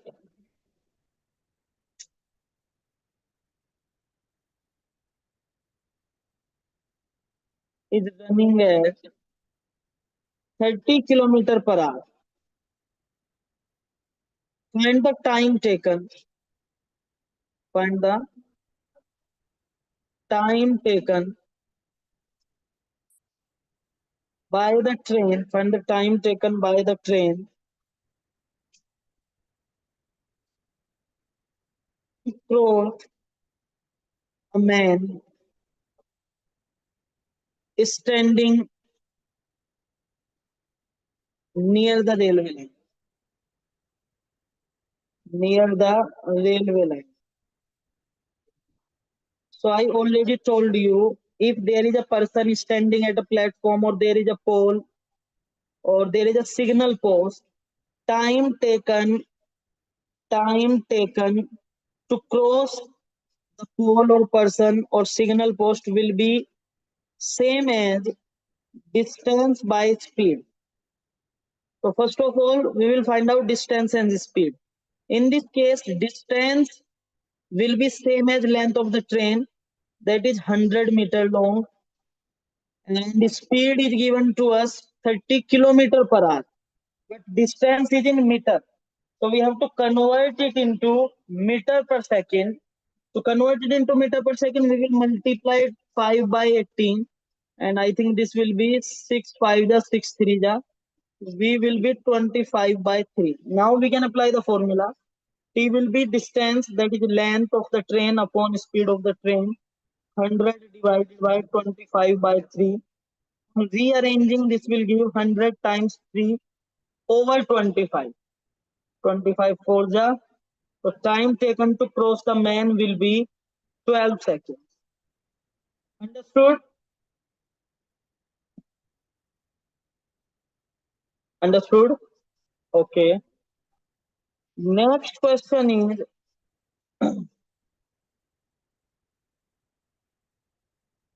this is again a good question. The question is a train is moving at a speed of 132 kilometer per hour. If length of the train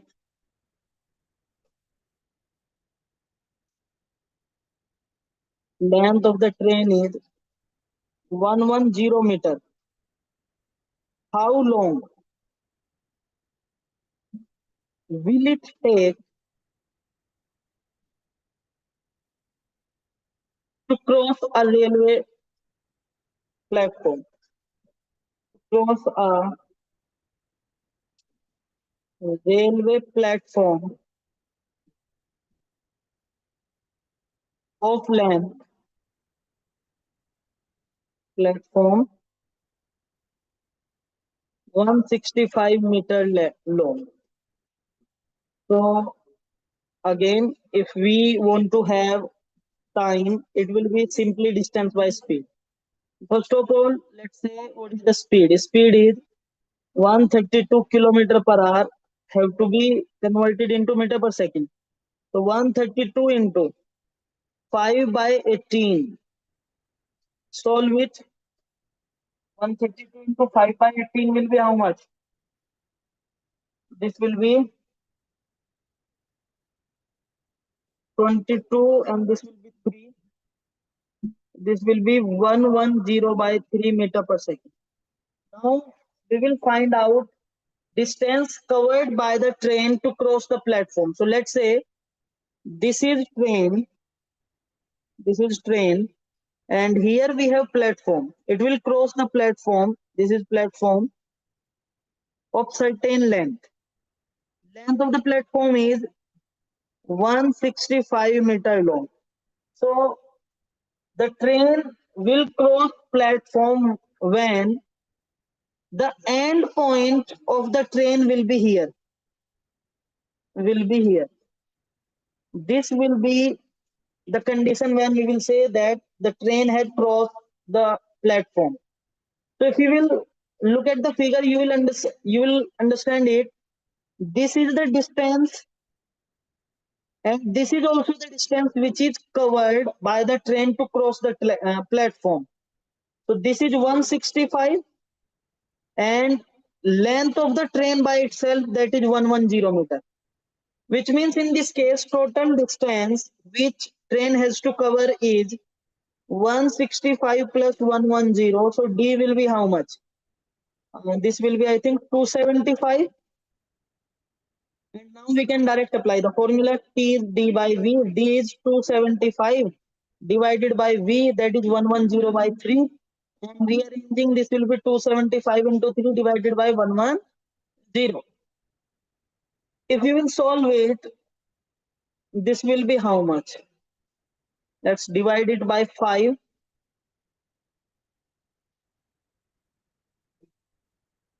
This will be how much?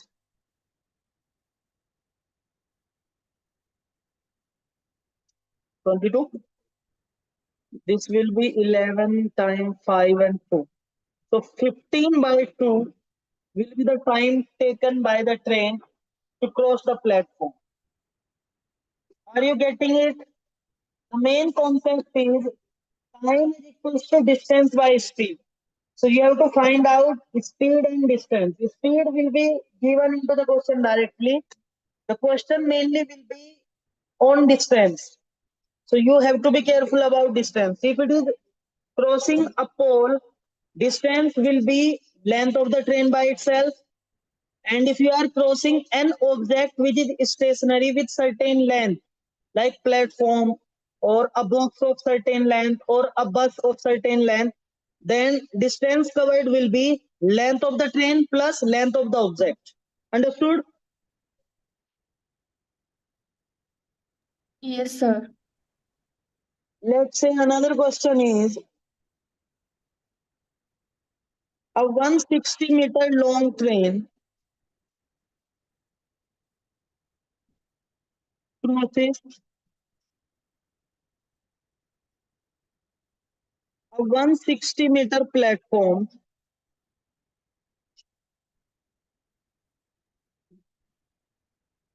in 16 seconds. Find the speed of the train. Find the speed of the train. So speed is given by distance covered by time. So speed v is equals to distance d by time. If a train crosses a platform, it will cover the distance which will be equal to length of the train plus length of the platform. So 160-meter length of train plus 160-meter length of platform will be the distance divided by time taken to do so is 16. If you notice that this will be 2 into 160 by 16. This will be 10. So speed will be 20. Distance is in meter, time is in second, so speed will be in meter per second. So answer will be 20 meter per second. Understood or any doubt?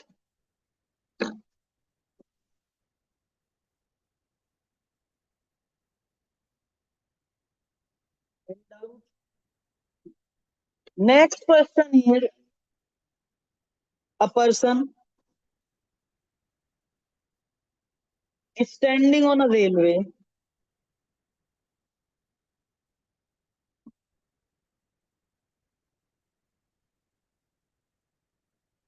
platform.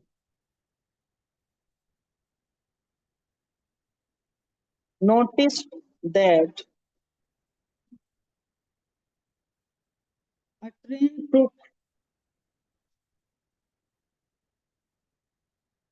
21 seconds to completely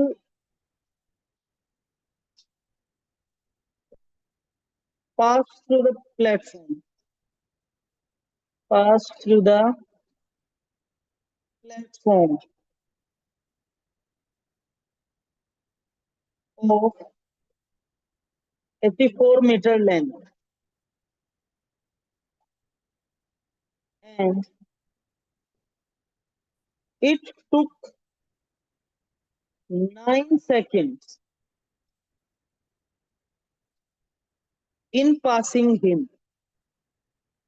In passing him means train took 9 seconds to cross the person which is observing the train. You have to find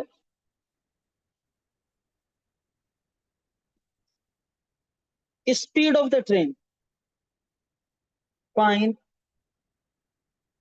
speed of the train. So speed of the train will be distance by time. But in this case, we do not have proper information about distance because length of train is not given to us. So let's say length of the train in this case is x meter. And if it take 9 seconds to pass a person, we can say speed will be distance by time. Distance will be length of the train and time is 9 seconds. So the speed will be x by 9 in one case, which is the second case. And if you are looking at the first case, a train took 21 seconds to completely pass the platform. So in this case, speed, distance by time. When the train is crossing the platform, in this case, distance will be length of the train plus length of the platform, which is 84-meter long, and divided by time taken in this case. Time taken in this case is 21. So in case 1, we have speed of train. In case 2, again we have a speed of train. And speed will be equal because the train is same. So we can say that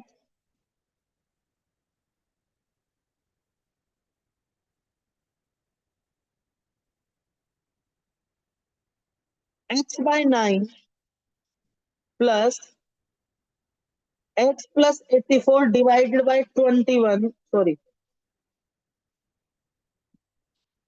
x by 9 will be equals to x plus 84 by 21 because speed will be same.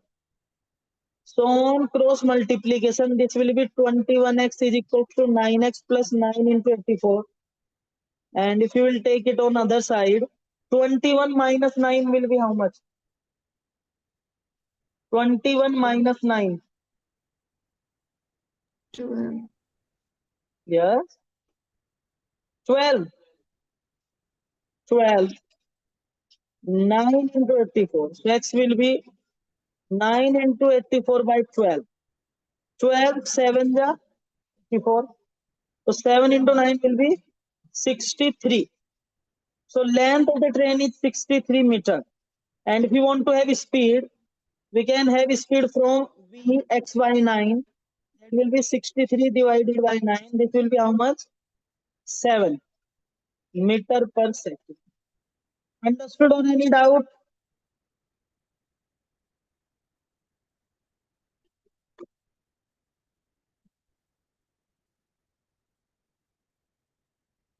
Interesting question.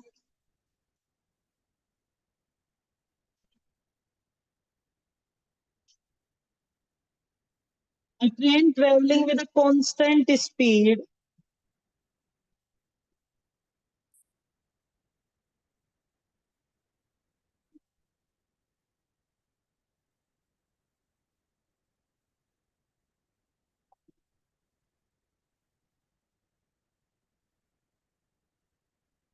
crosses 90-meter long platform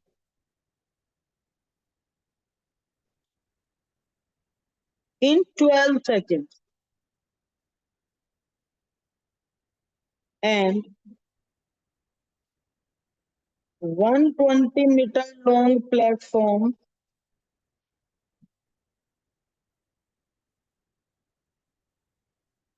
in 15 seconds. Find the length of the train and its speed. Find length and speed of the train.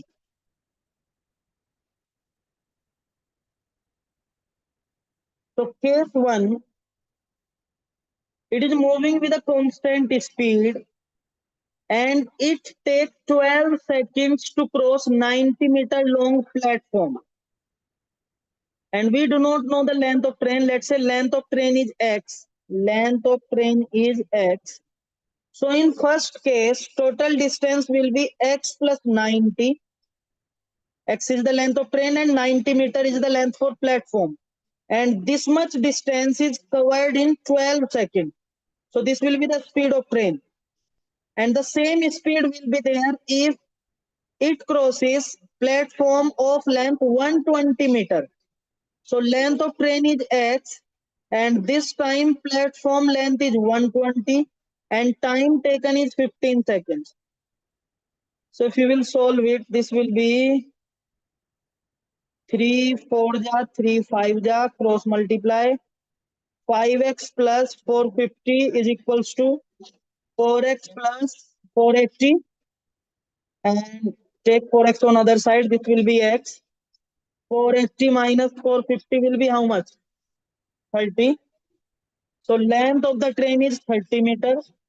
And now we can also tell the speed, that will be x plus 90 by 12. So 30 plus 90 by 12. 30 plus 90 will be how much? 120 by 12, which will give 10 meter per second. Understood or any doubt? No doubt, sir. Okay, आज की सभा यहीं समाप्त करते हैं, बाकी अगले lecture में करेंगे। पीडीएफ भेज दे रहा हूँ, डाउनलोड कर लेना।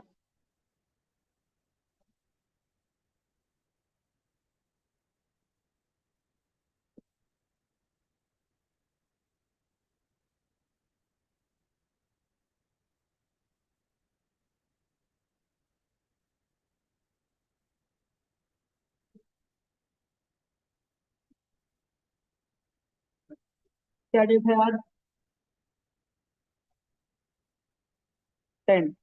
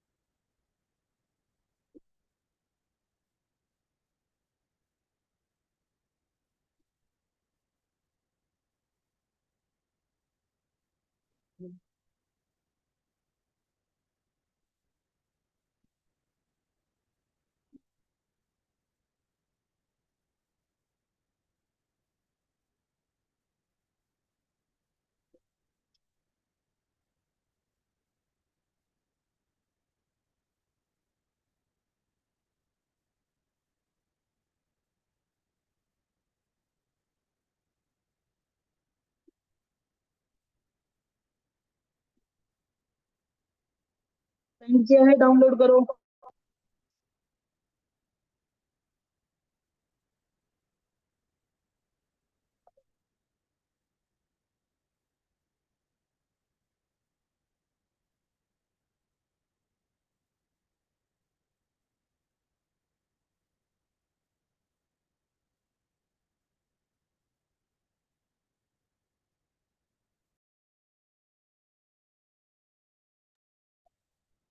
कर लिया?